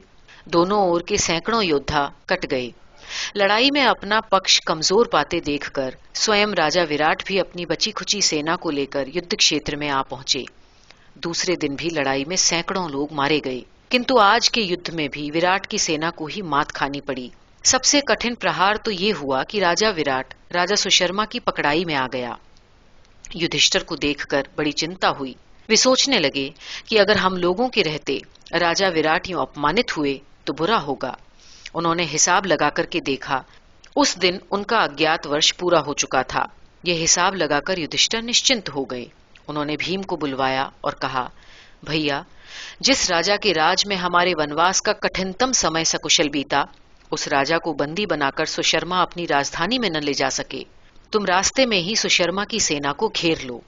भीम बोले, अभी लीजिए महाराज, मैं इनकी सेना के छक्के छुड़ाकर अभी राजा विराट को लिए आता हूं। ये कहकर वे तुरंत ही सामने लगे एक पेड़ को जड़ समेत उखाड़ने लगे। युधिष्ठिर ने कहा, नहीं भीम, अपना ये तमाशा मत दिखलाओ। ये ठीक है कि हमारे अज्ञातवास का समय बीत चुका है, फिर भी शत्रुओं को एकाएक अपना परिचय देना उचित न होगा। धनुष, फरसा, तलवार, हथियारों से काम लो। भीम ने ऐसा ही किया। भीम के नेतृत्व में विराट की बची खुची सेना राजा सुशर्मा से लड़ने के लिए दौड़ पड़ी। भीम ने सुशर्मा की सेना पर एक ओर से हल्ला बोल दिया और फिर मारकाट मचने लगी, परंतु इस बार विराट की सेना का पलड़ा भारी था। सुशर्मा का छोटा भाई मारा गया। बहुत से हाथी, घोड़े, रथ और सिपाही तहस नहस हो गए। सुशर्मा ने देखा कि अरे, हम तो अब जीती बाजी हार रहे हैं, तो वो पूरे जोश के साथ भीम पर आक्रमण करने के लिए पलट पड़ा। भीम तो आक्रमण की बाट ही तक रहे थे। उन्होंने सुशर्मा को पलटते देखकर उसके ऊपर एकदम से हल्ला बोल दिया। सुशर्मा के अंग रक्षक देखते ही देखते तहस नहस हो गए। यही नहीं, सुशर्मा का रथ भी टूट गया। सहदेव और नकुल के साथ विराट के कुंवर भी जोश में आकर युधिष्ठिर की आज्ञा से भीम की सहायता को आगे बढ़े। इस प्रकार विराट सेना अब कुशल सेनापतियों की निगरानी में लड़ती हुई धीरे धीरे अति प्रबल हो उठी। त्रिगर्त की सेना भेड़ बकरियों की तरह कटने लगी। इधर भीम ने सीधे जाकर सुशर्मा का ही मुकाबला किया। उसके घोड़ों तथा रथ के सारथी को मार गिराया। राजा विराट सुशर्मा के रथ पर ही बैठे थे। जब उन्होंने अपने पक्ष को प्रबल पड़ते देखा तो उछलकर उसके रथ से कूद पड़े और सुशर्मा की ही गदा उठाकर वे युद्ध करने लगे। अब राजा सुशर्मा घबराकर भागा। भीमसेन ने उसे ललकार कर लौटाया। दोनों में घमासान युद्ध होने लगा, लेकिन भीम के आगे सुशर्मा देर तक टिक न सका। भीम के मुक्कों की मार खाकर वो बेहोश हो गया। भीम राजा विराट और सारी गायों को घेर कर घर ले आए। साथ में वे सुशर्मा को भी बंदी बनाकर ले आए। राजा विराट बेहद प्रसन्न थे। उन्होंने युधिष्ठिर से कहा, हे ब्राह्मण श्रेष्ठ, आपकी रीति नीति से ही ये बल्लव, तंतिपाल इत्यादि वीर योद्धा पहुंच गए और मैं हारी हुई अपनी बाजी जीत गया। मैं आपके प्रति बड़ा ऋणी हूं। चलिए, मैं आपको इसी समय मत्स्य देश का राजा बना दूं। युधिष्ठिर बोले, हे मत्स्यराज, आपके इन मधुर वचनों से ही मैं संतुष्ट हो गया। आप अपना राजपाट भोगिए। आपकी छत्र छाया में हम लोगों ने बहुत सुख पाया है। हम आपका बहुत उपकार मानते हैं। आप अब कृपा करके हरकारों को राजधानी की ओर दौड़ाकर अपनी जीत की शुभ सूचना भिजवा दीजिए। नगर में प्रवेश के समय आपका भव्य स्वागत होना चाहिए। विराट ने ऐसा ही किया और राजधानी में खुशी की लहर दौड़ गई।